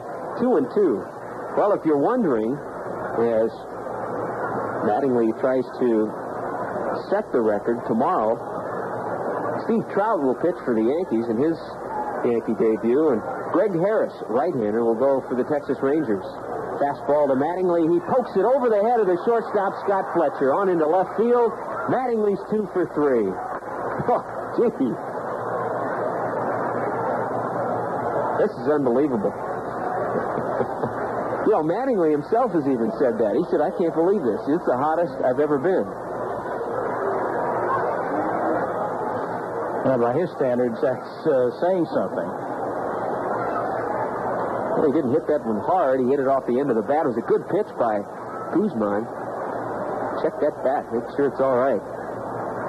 Pitch to Claudell Washington, and it's outside, ball 1. Washington followed Mattingly's home run in the 4th with one himself. Straightaway center field. It was Claudell's 6th home run of the year. Yankees trail 5-2. Fastball to Claudell is outside. 2-0. That'll bring Bobby Valentine out to check with Jose Guzman. And in the bullpen, seems like every time you look up, you see this guy, left-hander Mitch Williams. And if you were with us last night, Mitch Williams came into the ball game in the 9th inning. 2 were out. The Yankees were leading 8-4. Nobody on base. Maharsick was on the mound, and Valentine went to the bullpen, bringing Williams to face Pagliarulo. And at the time, we wondered about it, and I did talk to Valentine today, and he said that Mitch Williams is the type of guy. The night before, he had gotten touched up a little bit, gave up the home run to Don Mattingly. He's the type of guy that when he falls off that horse, you got to get him back up there. And he just wanted him out there, even if it was for one hitter. Claudell pulls the next pitch to first. Pete O'Brien gets it, goes to second for 1, back to first. The 3-6-3 double play is completed. It's a pretty one when you see it pulled off. Pete O'Brien and the Rangers pull it off.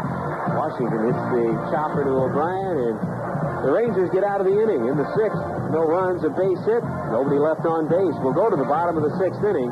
Texas leads the Yankees 5-2. New York's Yankee Station. Tommy Hutton along with Hank Greenwald here in Texas. Packed house on hand, and they've seen a good one. Rangers lead 5-2.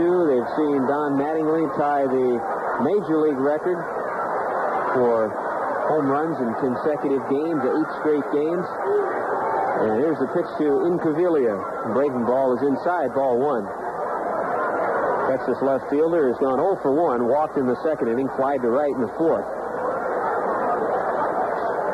He has had somewhat of a struggle lately. Hit below 200 in his last 25 ball games.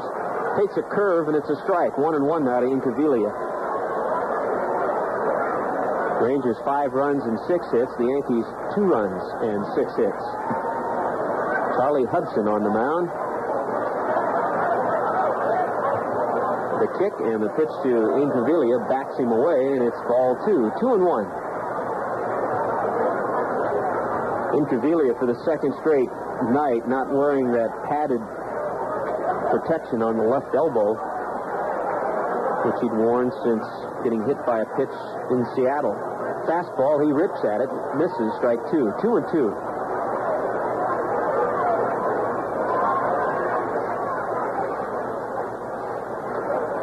After that rip, Incaviglia just kind of stepped out of the box to just get his bearings. Figure out why he missed that pitch by so much. Here's a 2-2. He misses another one by a lot, and he's out of there. Charlie Hudson gets his 4th strikeout. 1 out in the inning, and that'll bring up Mike Stanley. Members Only is one of the boys. Sportswear and outerwear for boys sizes 4 to 20. You never outgrow your love for Members Only clothes at better stores everywhere. And remember, join Members Only in their fight against drug abuse.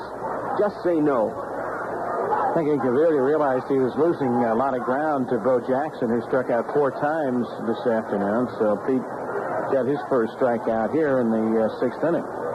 Well, that's number 111 for Incaviglia, as Stanley takes a strike on the outside corner. So let's see, Bo with 4 today. I think we're around 125. He's pulling away. He's on a pace for over 220. I know that. 0-1 pitch, a curveball is called strike 2. And just to give you a little clubhouse humor, that ball game, Kansas City, the Baltimore Orioles, was on television, and the Yankees players sitting around the clubhouse were watching it. And when Jackson came up for the 4th time, they all zeroed in on the TV set. Stanley swings and misses, and he's gone. Charlie Hudson has struck out 2 here in the 6th. Kind of had the feeling they were rooting for him to go down for the 4th time, which he did. Well, they enjoy record setters, whether it's Mattingly, whether it's Bo Jackson, whatever. I think everybody likes to Mike see Stanley with record-breaking performances. Here's a right-handed hitting Steve Buechele, and he takes a strike. 0-1. Buechele struck out his last time up and flied to left field in the second. 0 for 2. Here comes the 0-1 pitch. It's fouled off, and it's 0-2. I haven't heard from Bob Horner lately, but I did see where he was elected to the Japanese All-Star team, elected by the fans. Horner's injured and has had some back problems, so he didn't know if he can play in the game. Here's a ground ball to second off the bat of Buechele, fielded by Zuvella. Over to Mattingly, and Steve Buechele is gone, so are the Rangers. Texas goes 1-2-3 in the 6th. We've played 6 innings in Arlington. The Texas Rangers lead the Yankees 5-2. Well, through 6 innings here in Texas, the Rangers have a 5-2 lead, and I guess an understatement would be that there has been a little excitement over the last 3 innings. And as we go to the 7th, we'll bring you some more excitement. Here's Hank Greenwald. Well, we'll see what we can do to top what you created, at least with respect to Mr. Mattingly. Mike Easler leads it off here in the 7th inning. He's been up twice. Both times was thrown out by Jose Guzman, who winds and delivers, and the pitch is fouled at the plate. In the 4th inning, following the back-to-back home runs by Mattingly and Washington, Easler hit a shot that struck the pitcher, Guzman, who, fortunately for him, as he turned around, spotted the ball and was able to throw out Easler. Mike swings and drives it sharply into right field, a base hit. That's as hard as Easler's hit a ball in some time, and he rockets one over the head of Jerry Browne to lead off the 7th inning.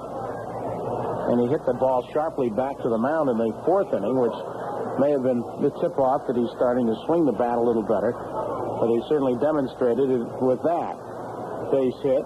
And now double-barreled activity begins in the Rangers bullpen as Pagliarulo steps in and he swings and misses at the first pitch. Paul Kilgus, I should say, because that's how he pronounces his name, and Jeff Russell start throwing in the Ranger pen. Pagliarulo standing in, and the 0-1 pitch to Mike is low for a ball. 1 ball, 1 strike. Pagliarulo was thrown out by O'Brien, the first baseman, to Guzman covering, and then Pags drove a double down the left field line. That was in the 4th inning. Pitch on the way. Pagliarulo swings and doesn't get it. Good pitch by Guzman as he kept the ball down between the knees and the shoe tops of the Yankee third baseman. 1 ball, 2 strikes. Rangers 5 runs, 6 hits. Yankees 2 runs, 7 hits. We're in the 7th inning. O'Brien plays behind the runner, and the pitch is grounded up the middle. Cut off by Browne. He flips to Fletcher for 1. Back to first. Too late this time. Pagliarulo beats it out. Rangers missed by an eyelash of pulling off a double play for the 4th straight inning. And it would have been a beauty of a double play because Browne was really not cheating too much toward the middle. If he had maybe cheated a little more in double play depth, but expecting Pags to pull the ball, he was over more toward first, and he had to go a long way to make that play and then flip it to Fletcher. And by the time Fletcher got the ball, he really didn't have enough time to turn 2. Well, there's another example of Browne's speed right there. Here is Salas, and the pitch to him is low because that speed of his enabled him to play over there in the hole and still get to the ball. Second baseman that might not even get to that ball. I said, it's the one thing you cannot teach is speed. Here's the pitch, and Salas takes. That's in for a strike. 1 ball, 1 strike, 1 out, and we have really seen the influence of that in this ballgame tonight. Guzman throws. Salas hits one high in the air to center field and deep at the warning track. Is Brower up against the fence, makes the catch. Salas back Brower all the way to the fence in right center field to haul in that drive. 2 out here in the 7th inning, and that'll bring up Paul Zuvella. Well, Salas has to be shaking his head as he goes back to the dugout. He hit a shot in the 4th inning. He lined into that 3-6 double play. Texas Rangers now have turned 3 double plays in this ball game. Paul Zuvella will be the hitter. Has grounded to short. Fletcher making a throw that came up short but was scooped by O'Brien. The pitch is fouled back into the seats. Well, the Yankees will host the Detroit Tigers in a 3-game series, July 31st, August 1st, and 2nd. That series will be highlighted by 2 special days. August 1st, it'll be Yankee Watch Day. August 2nd, Hall of Fame Day, honoring Catfish Hunter. Tickets are on sale now. 2 out, 7th inning, 5-2 Rangers. The pitch to Zuvella is right down the middle for a strike. Wayne Tolleson waits on deck.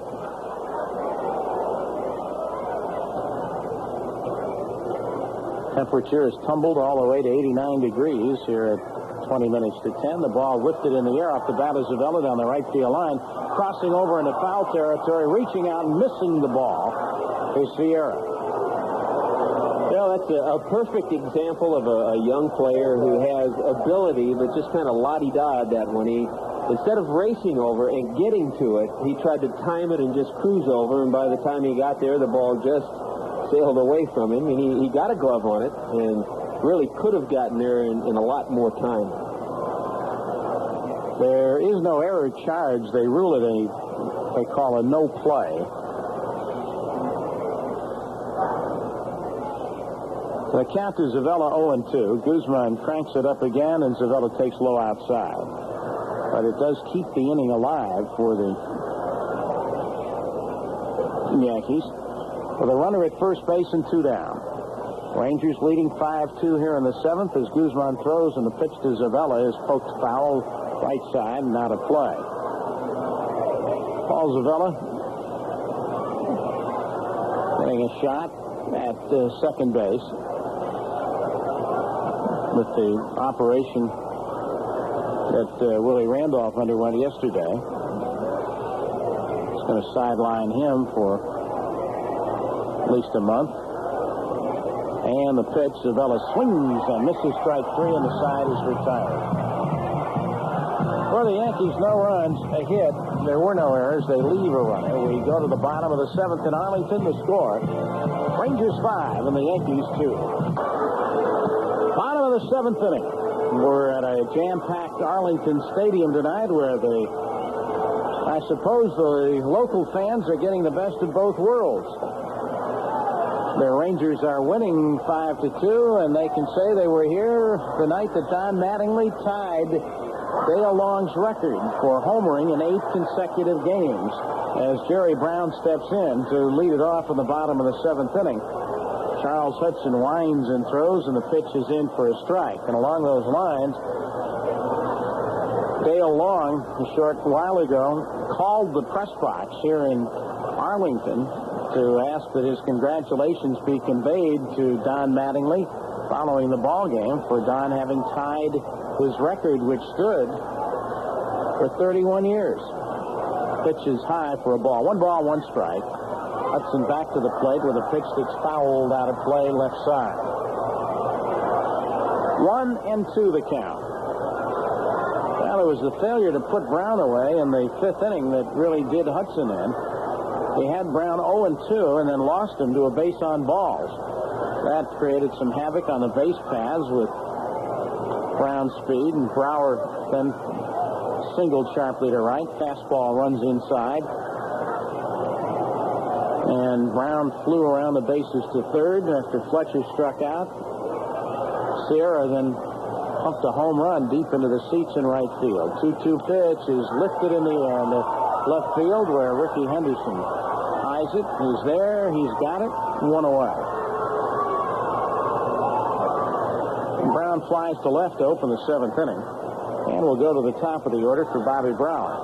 You know, the thing that's just so incredible about Don Mattingly, when you start making comparisons, you have to go back to legends to make the comparisons. You look at his first 3 full seasons, and he's second only to Babe Ruth as far as Yankee legends. DiMaggio, Garrick, and Mantle didn't have as good of first 3 seasons as Mattingly has had. Pitch to Brower is in for a strike. So far, the 4th one isn't too bad either.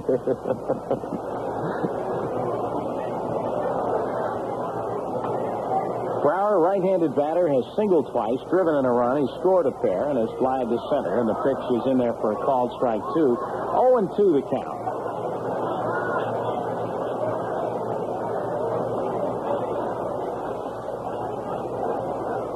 Pagliarulo plays wide to the bag at third as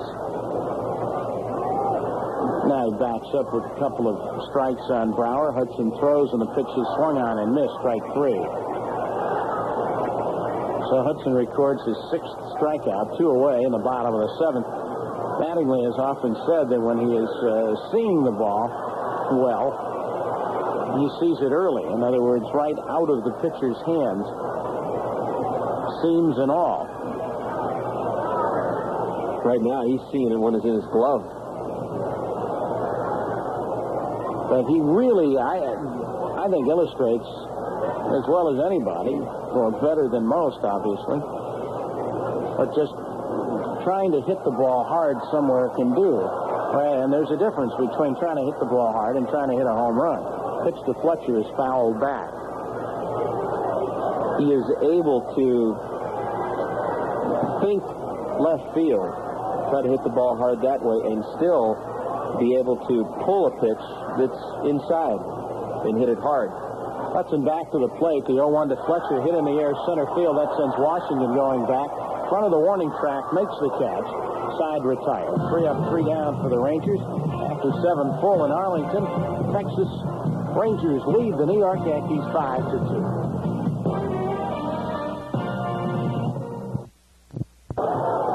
We're going to the top half of the 8th inning, where the Texas Rangers leading the New York Yankees by a score of 5-2. 5 runs, just 6 hits for Texas. 2 runs, 7 hits for the New York Yankees. Wayne Tolleson will lead it off.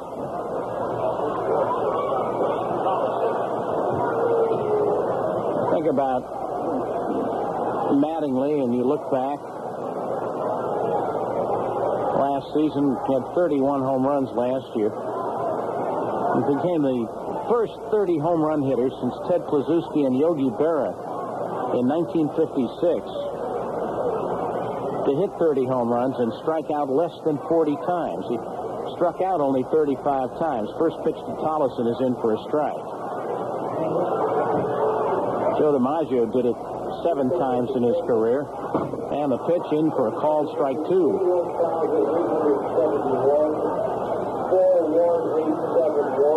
Tolleson in the hole, no balls, 2 strikes. Wayne is 2 for 2 tonight. 6th largest crowd in Ranger history on hand tonight. 0-2 to Tolleson, just missed outside, 1-2. 41,871 is the total here tonight.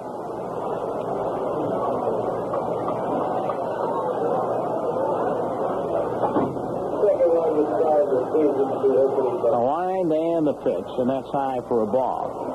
And another thing to look at, too, you wonder about, well, how many times, if he struck out only 35 times last year while hitting 31 home runs, how does he stand this year? And that's another interesting example. Pitch to Tolleson is fouled back. Mattingly's home run tonight is his 18th of the season.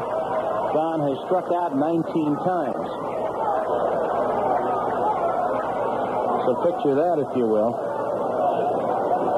19 times he struck out, and he's hit 18 home runs. Guzman throws, and the pitch lifted in the air to left field. Incaviglia started in, now goes back and makes the catch. 1 away. Well, are you going someplace? The perfect traveling companion, you know, is members-only luggage, lightweight and heavy-duty at fine baggage departments. And remember, join members only in their fight against drug abuse. Just say no. With 1 out here in the 8th inning, we'll go to the top of the order for Rickey Henderson.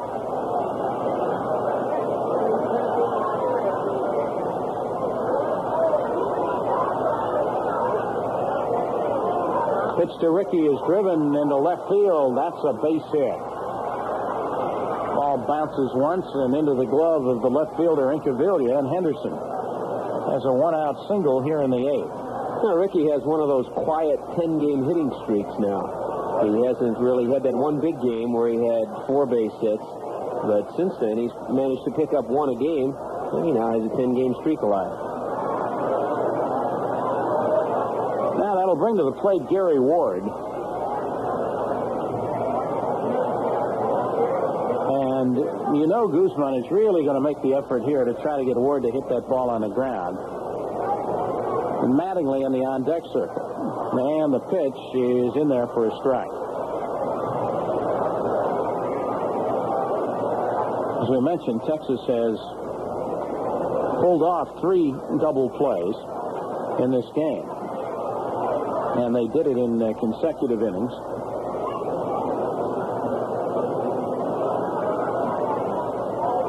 Fourth, 5th, and 6th.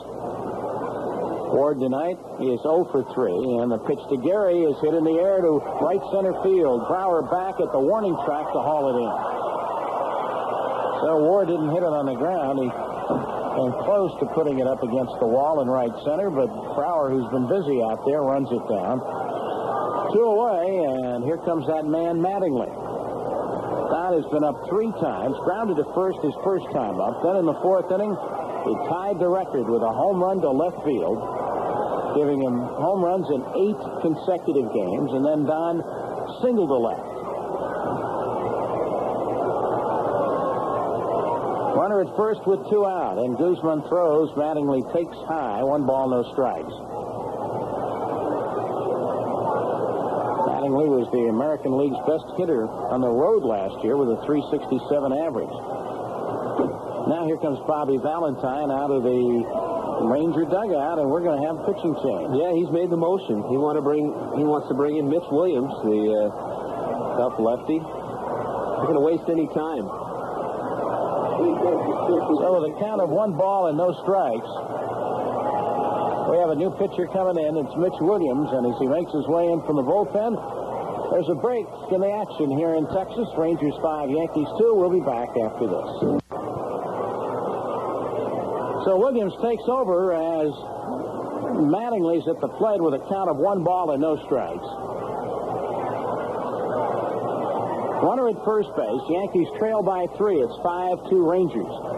Mitch Williams, a hard-throwing left-hander against whom Mattingly homered 2 nights ago. Williams comes set. He throws, and a breaking ball to Mattingly is in for a strike at the knees. It was something that Mitch Williams is not used to because he has very good success against left-handed hitters. This says only the 3rd hit by a left-hander off of him. There's a throw to first, and just missed getting Henderson at first base.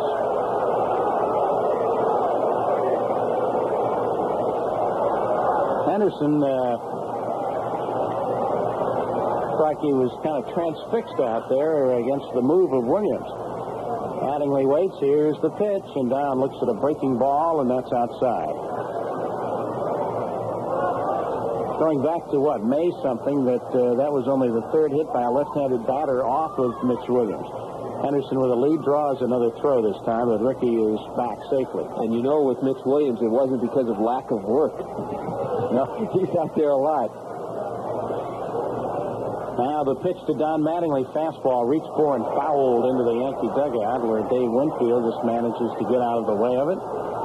Runs the count to 2 balls, 2 strikes. Mitch Williams is appearing in his 47th game, second only to teammate Dale Mahorsic and Toronto's Mark Eichhorn, each of whom has appeared in 48. But if they can figure out a way to get him in this game twice, they'll do it. Here's the pitch. High inside to Mattingly. Ball 3-2. Meanwhile, that is the horse, as he's known, throwing in the bullpen, and there's a good chance we'll see him before this game is over. Bobby Valentine is not bashful about going to his bullpen. 3-2 pitch to Don Mattingly is swung on and fouled back.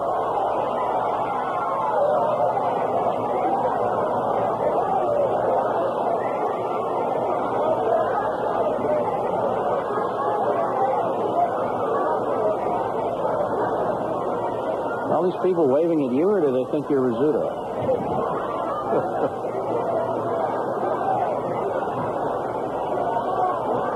3 balls, 2 strikes, 2 outs, 8th inning. 5-2 Rangers. Henderson's running the pitch to Mattingly, hit in the air to right field and deep. Back is Sierra, leaps at the wall, makes the catch, and the side is retired. Mattingly makes a bid for extra bases. That one wasn't going to go out. But if Sierra didn't catch it, it would have been off the wall. In the 8th for the Yankees. No runs, 1 hit. No errors, 1 left. After 7.5 it remains. Rangers 5, Yankees 2. Hank Greenwald with Tommy Hutton. Arlington, Texas, the site of tonight's game between the New York Yankees and the Texas Rangers. Rangers lead at 5-2, and Ruben Sierra steps in to start things off here in the bottom of the 8th inning. Ranger right fielder has tripled, homered, and struck out in 3 at-bats. Charles Hudson kicks and throws. The first pitch of fastball is high. 41,871 packed into this place here tonight. And the 1-0 delivery, and Sierra fouls it back. You know, it's unfortunate if this game stays as it is. Charlie Hudson will take the loss, but he has thrown the ball well. He allowed the 3-run home run by Sierra, another base hit in that inning, and that's been it as far as hits are concerned, and he struck out 6. Here's the 1-1 pitch. Changeup is fouled at the plate. 1 ball, 2 strikes. Dennis Rasmussen started for the Yankees, lasted only 2 1/3 tonight. giving up 4 hits and 2 runs, but they all came in the same inning. He gave up a single, 2 doubles, and a triple. And he got off the hook thanks to the back-to-back homers by Mattingly and Claudell Washington. Here's a 1-2 to Sierra, and it swung on him. Missed strike 3, and Hudson racks up his 7th strikeout. 1 out here in the 8th inning, and that'll bring up Larry Parrish. Tommy mentioned earlier this being the date in 1951 on which Ralph Kiner, then of the Pirates, drove in 7 runs with 3 homers. Back in 1948, Pat Siri of the Chicago White Sox hit 4 home runs in an 11-inning victory over the Philadelphia A's. Here's the pitch, and that swung on and missed. 2 runs, 4 thirds, 1 walk, 8 strikeouts, 2 home runs. So no one has ever hit the major league level more than 4 home runs in a game. The pitch to Parrish, and that's outside and low. 1 ball, 1 strike. Maybe we ought to mention that to Don Mattingly and see what we can do. And the pitch, Parrish checks his swing, and it's inside. 2 balls, 1 strike. Well, if he set his mind to it, I suppose. Well, let's wait till he hits 3 in one guy. I don't think he's done that yet. No, he hasn't done that. Of course, he hadn't hit a grand slam before this year either. Well, how old is he? 26. 2-1 pitch to Parrish is popped in the air. That is fouled and out of play. 2 balls, 2 strikes.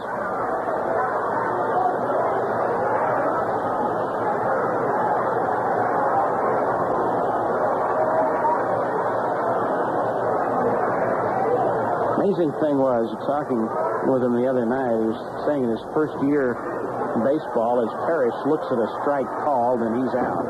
Parrish has now struck out 3 times tonight, 8 strikeouts for Hudson. Mattingly was saying in 1979 at Oneonta, he was platooned because the manager at Oneonta at the time felt he couldn't hit left-handers. And Mattingly kept saying, it was Art Rasmussen who was the manager, and he kept saying, but Skipper, I can hit left-handers. And he's saying, well, you will in time, you will, but right now we want you to hit against right-hand pitching. And he pitches high to O'Brien, 1 ball, no strikes. We got down the playoffs, and Mattingly played and got a chance. O'Brien swings and drives one over first base down the right field line. It's going to be in there for extra bases. On his way to second is O'Brien with a slide, and he's got a double. Pete O'Brien reaches Hudson for the 3rd hit off Charles tonight. 2-out double here in the 8th, and that'll bring up Pete Incaviglia. So Mattingly began to, in the playoffs, got a chance to hit against left-hand pitching and came through. And I think began to make believers out of some people. Don said until he got to pro ball, he never heard of the theory that he shouldn't be able to hit left-hand pitch. He always hit against left-handers and hit well. And last year, he led the major leagues. He had more hits off left-handed pitching last year than any other player in the major leagues. 87 of his hits came against left-handers. Pete Incaviglia has walked, flied to right, and struck out. Runner at second. Hudson throws. The pitch is low. And in fact, only one other left-handed batter in the last 12 years prior to this season had more hits in one season off left-hand pitching. Think about that one for a moment. Well, I'd say Wade Boggs right off the bat. I don't blame you. Unfortunately, that's wrong. The pitch is driven into left field, a base hit. O'Brien being waved to the plate as Henderson fumbles the ball in left. And O'Brien scores easily. It is now 6-2. Well, it goes a base hit, no error. Rickey Henderson might have had thoughts of making a throw to the plate, except that he booted the ball, so that took away that possibility. So give Incaviglia a run batted in.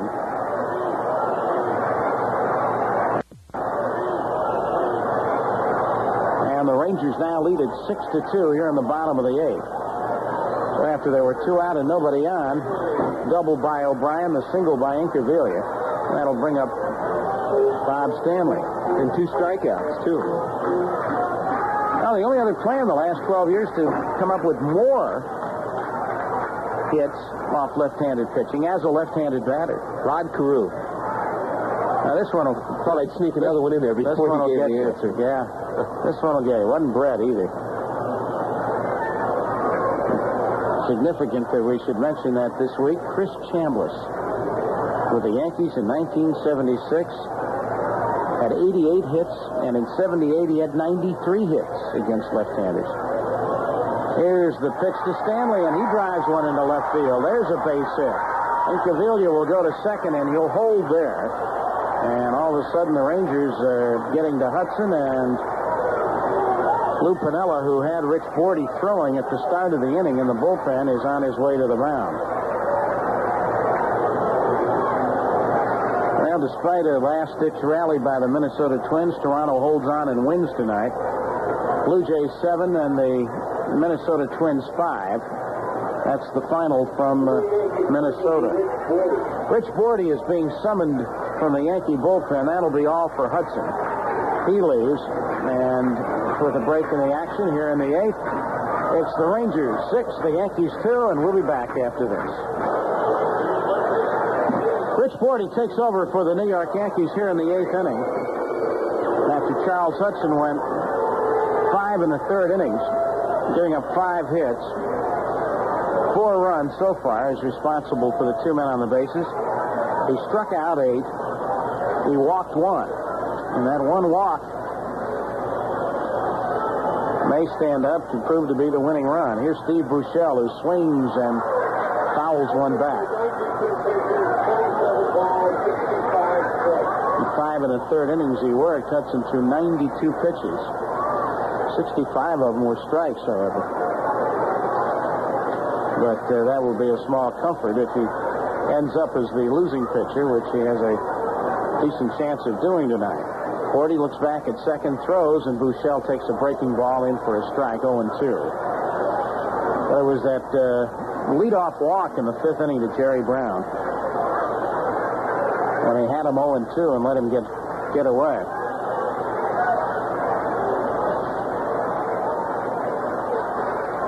Incaviglia at second, Stanley at first, Bordy to the plate with a pitch that's in there for a strike, off-speed delivery. Watching Incaviglia at second base, jumping around out there, you'd think he's trying to distract his own hitter. It is a distraction, too, when you're up there hitting and you see that runner at second with lots of movement out there.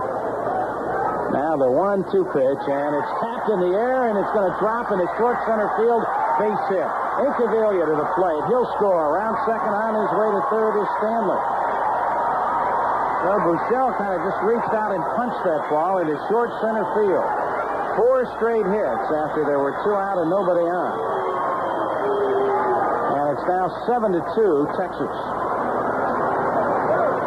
Run charged to Hudson.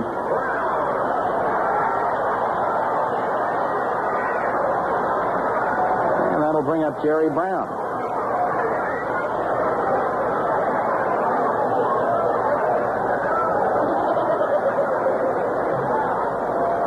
With a double and a walk and a fly ball to left. He has scored twice. Runners at first and third. Rich Bordy delivers, and the pitch is slipped in there for a strike.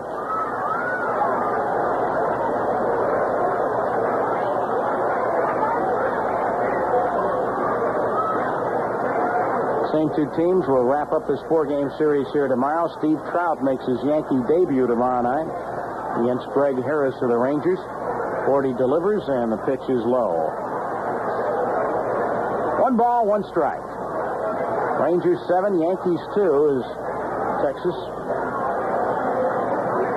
picking up some insurance here in the bottom of the 8th inning. Stanley at third, Buechele at first. 1-1 pitch is taken for a called strike 2. 1-2 the count.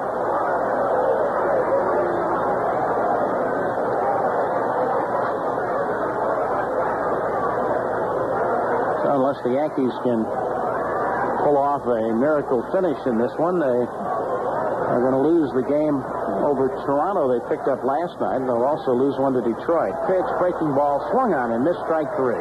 Side retired, but not before the Rangers add a couple of more runs to their total on 4 hits. No errors, 2 left. We go to the 9th here in Texas.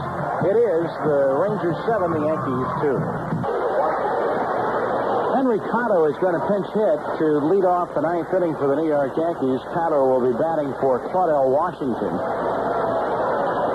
Claudell was 1 for 3 with a home run. In fact, it was his home run in the 4th inning, back-to-back with Mattingly's, that tied up the game ever so briefly before the Rangers took the lead with 3 in the bottom of the 5th.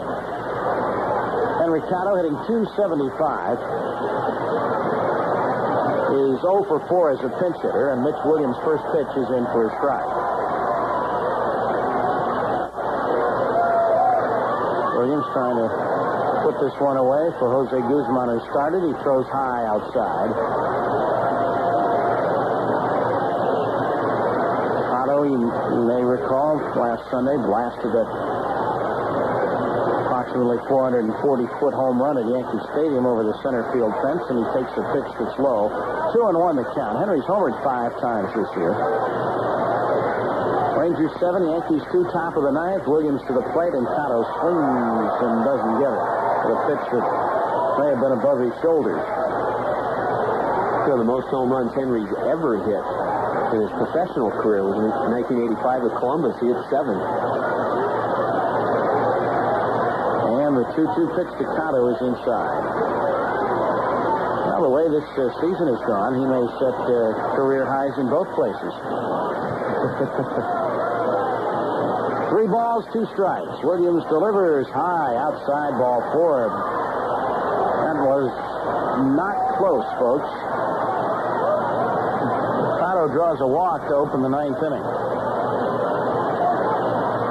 Williams may have one of the most undisciplined pitching motions. It won't take long for the horse to come out of the barn here in the Texas bullpen, Dale Mahorsic. You know, and his nickname, Horse, is twofold. Not only a play on his last name, but he is, I'm told, the strongest. The game continues at the beginning of side 4 after a short delay.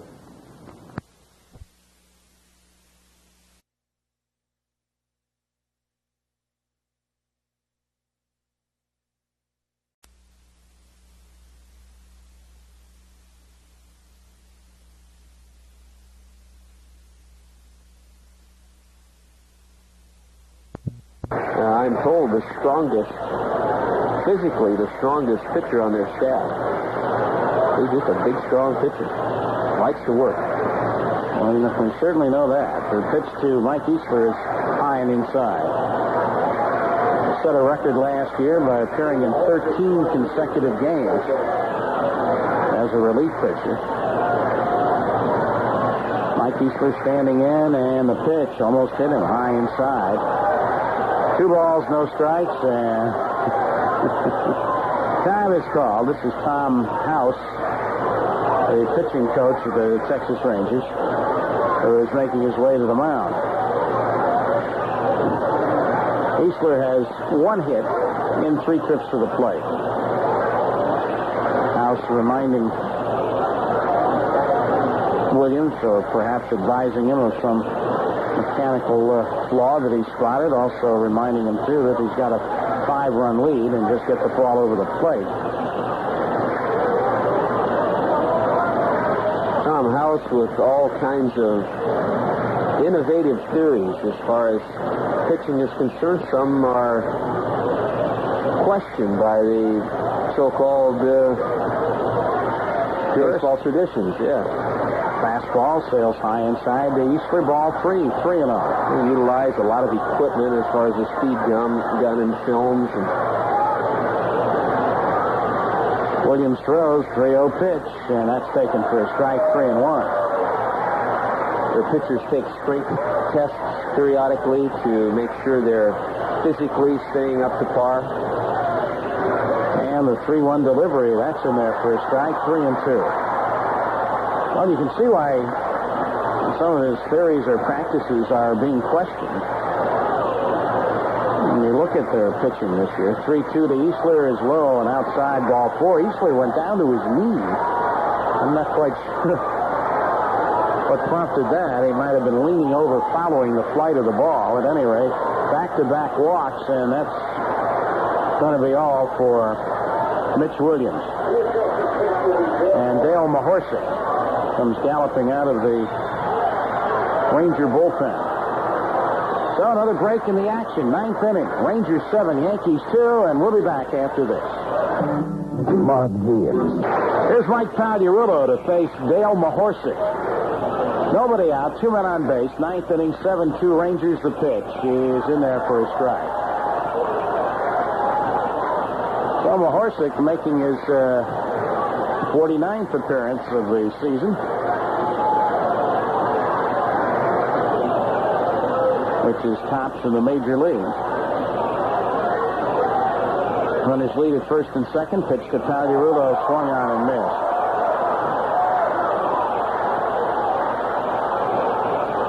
Mahorsic has won 5 and lost 2. He's saved 12 games. No one else on the staff has more than 3 saves. And he throws, and the pitch is lifted in the air, foul down the left field line and slicing back into the seats. But the big thing for Mahorsic is that he has given up only 58 hits in the 73 and the third innings he's worked. Number 20. You know, Mahorsic, not only does he like to work, after all those games last year, he pitched winter ball.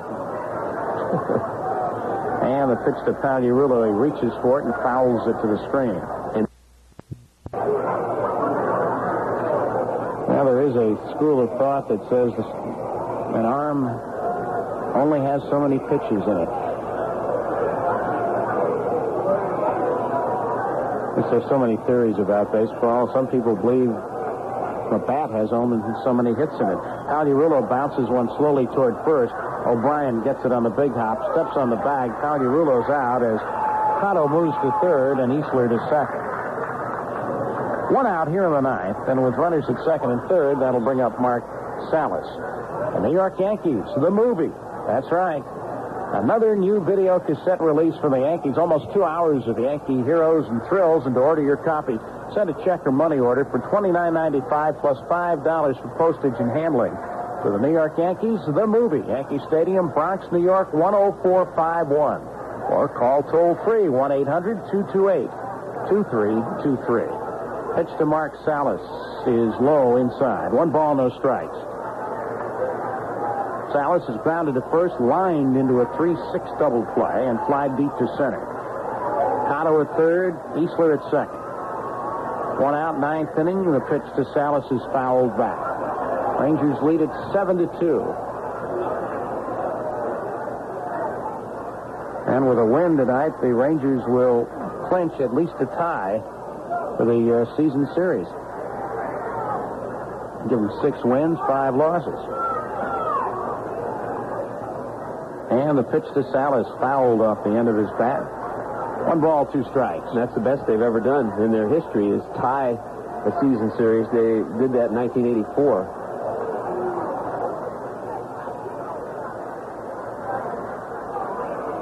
Rangers have won 41. They've lost 47. They're in 6th place in the West. And the pitch is swung on and missed strike 3. Faced a pitch that was down and away. Now here comes Dave Winfield out of the Yankee dugout, and he is going to bat for Paul Zuvella as the Yankees are down to their last out here in the 9th inning. We were talking earlier about the Yankee players in the clubhouse watching Bo Jackson when he was up the ball game that was on television this afternoon, striking out for the 4th time, and Dave Winfield, one of those watching and saying, "Bo, I know how it feels." Here's the pitch, and Winfield looks at a strike. Texas win tonight would enable them to pick up a game on Minnesota. Twins lost, Oakland lost, Kansas City lost. That's what The Rangers need to gain some ground. Winfield swings, lifts one in the air. Center field, Brower on the run is there to put it away, and the ball game is over. In the ninth, for the Yankees, no runs or hits. They leave 2. Final score, Rangers 7, Yankees 2. Back with the totals after this.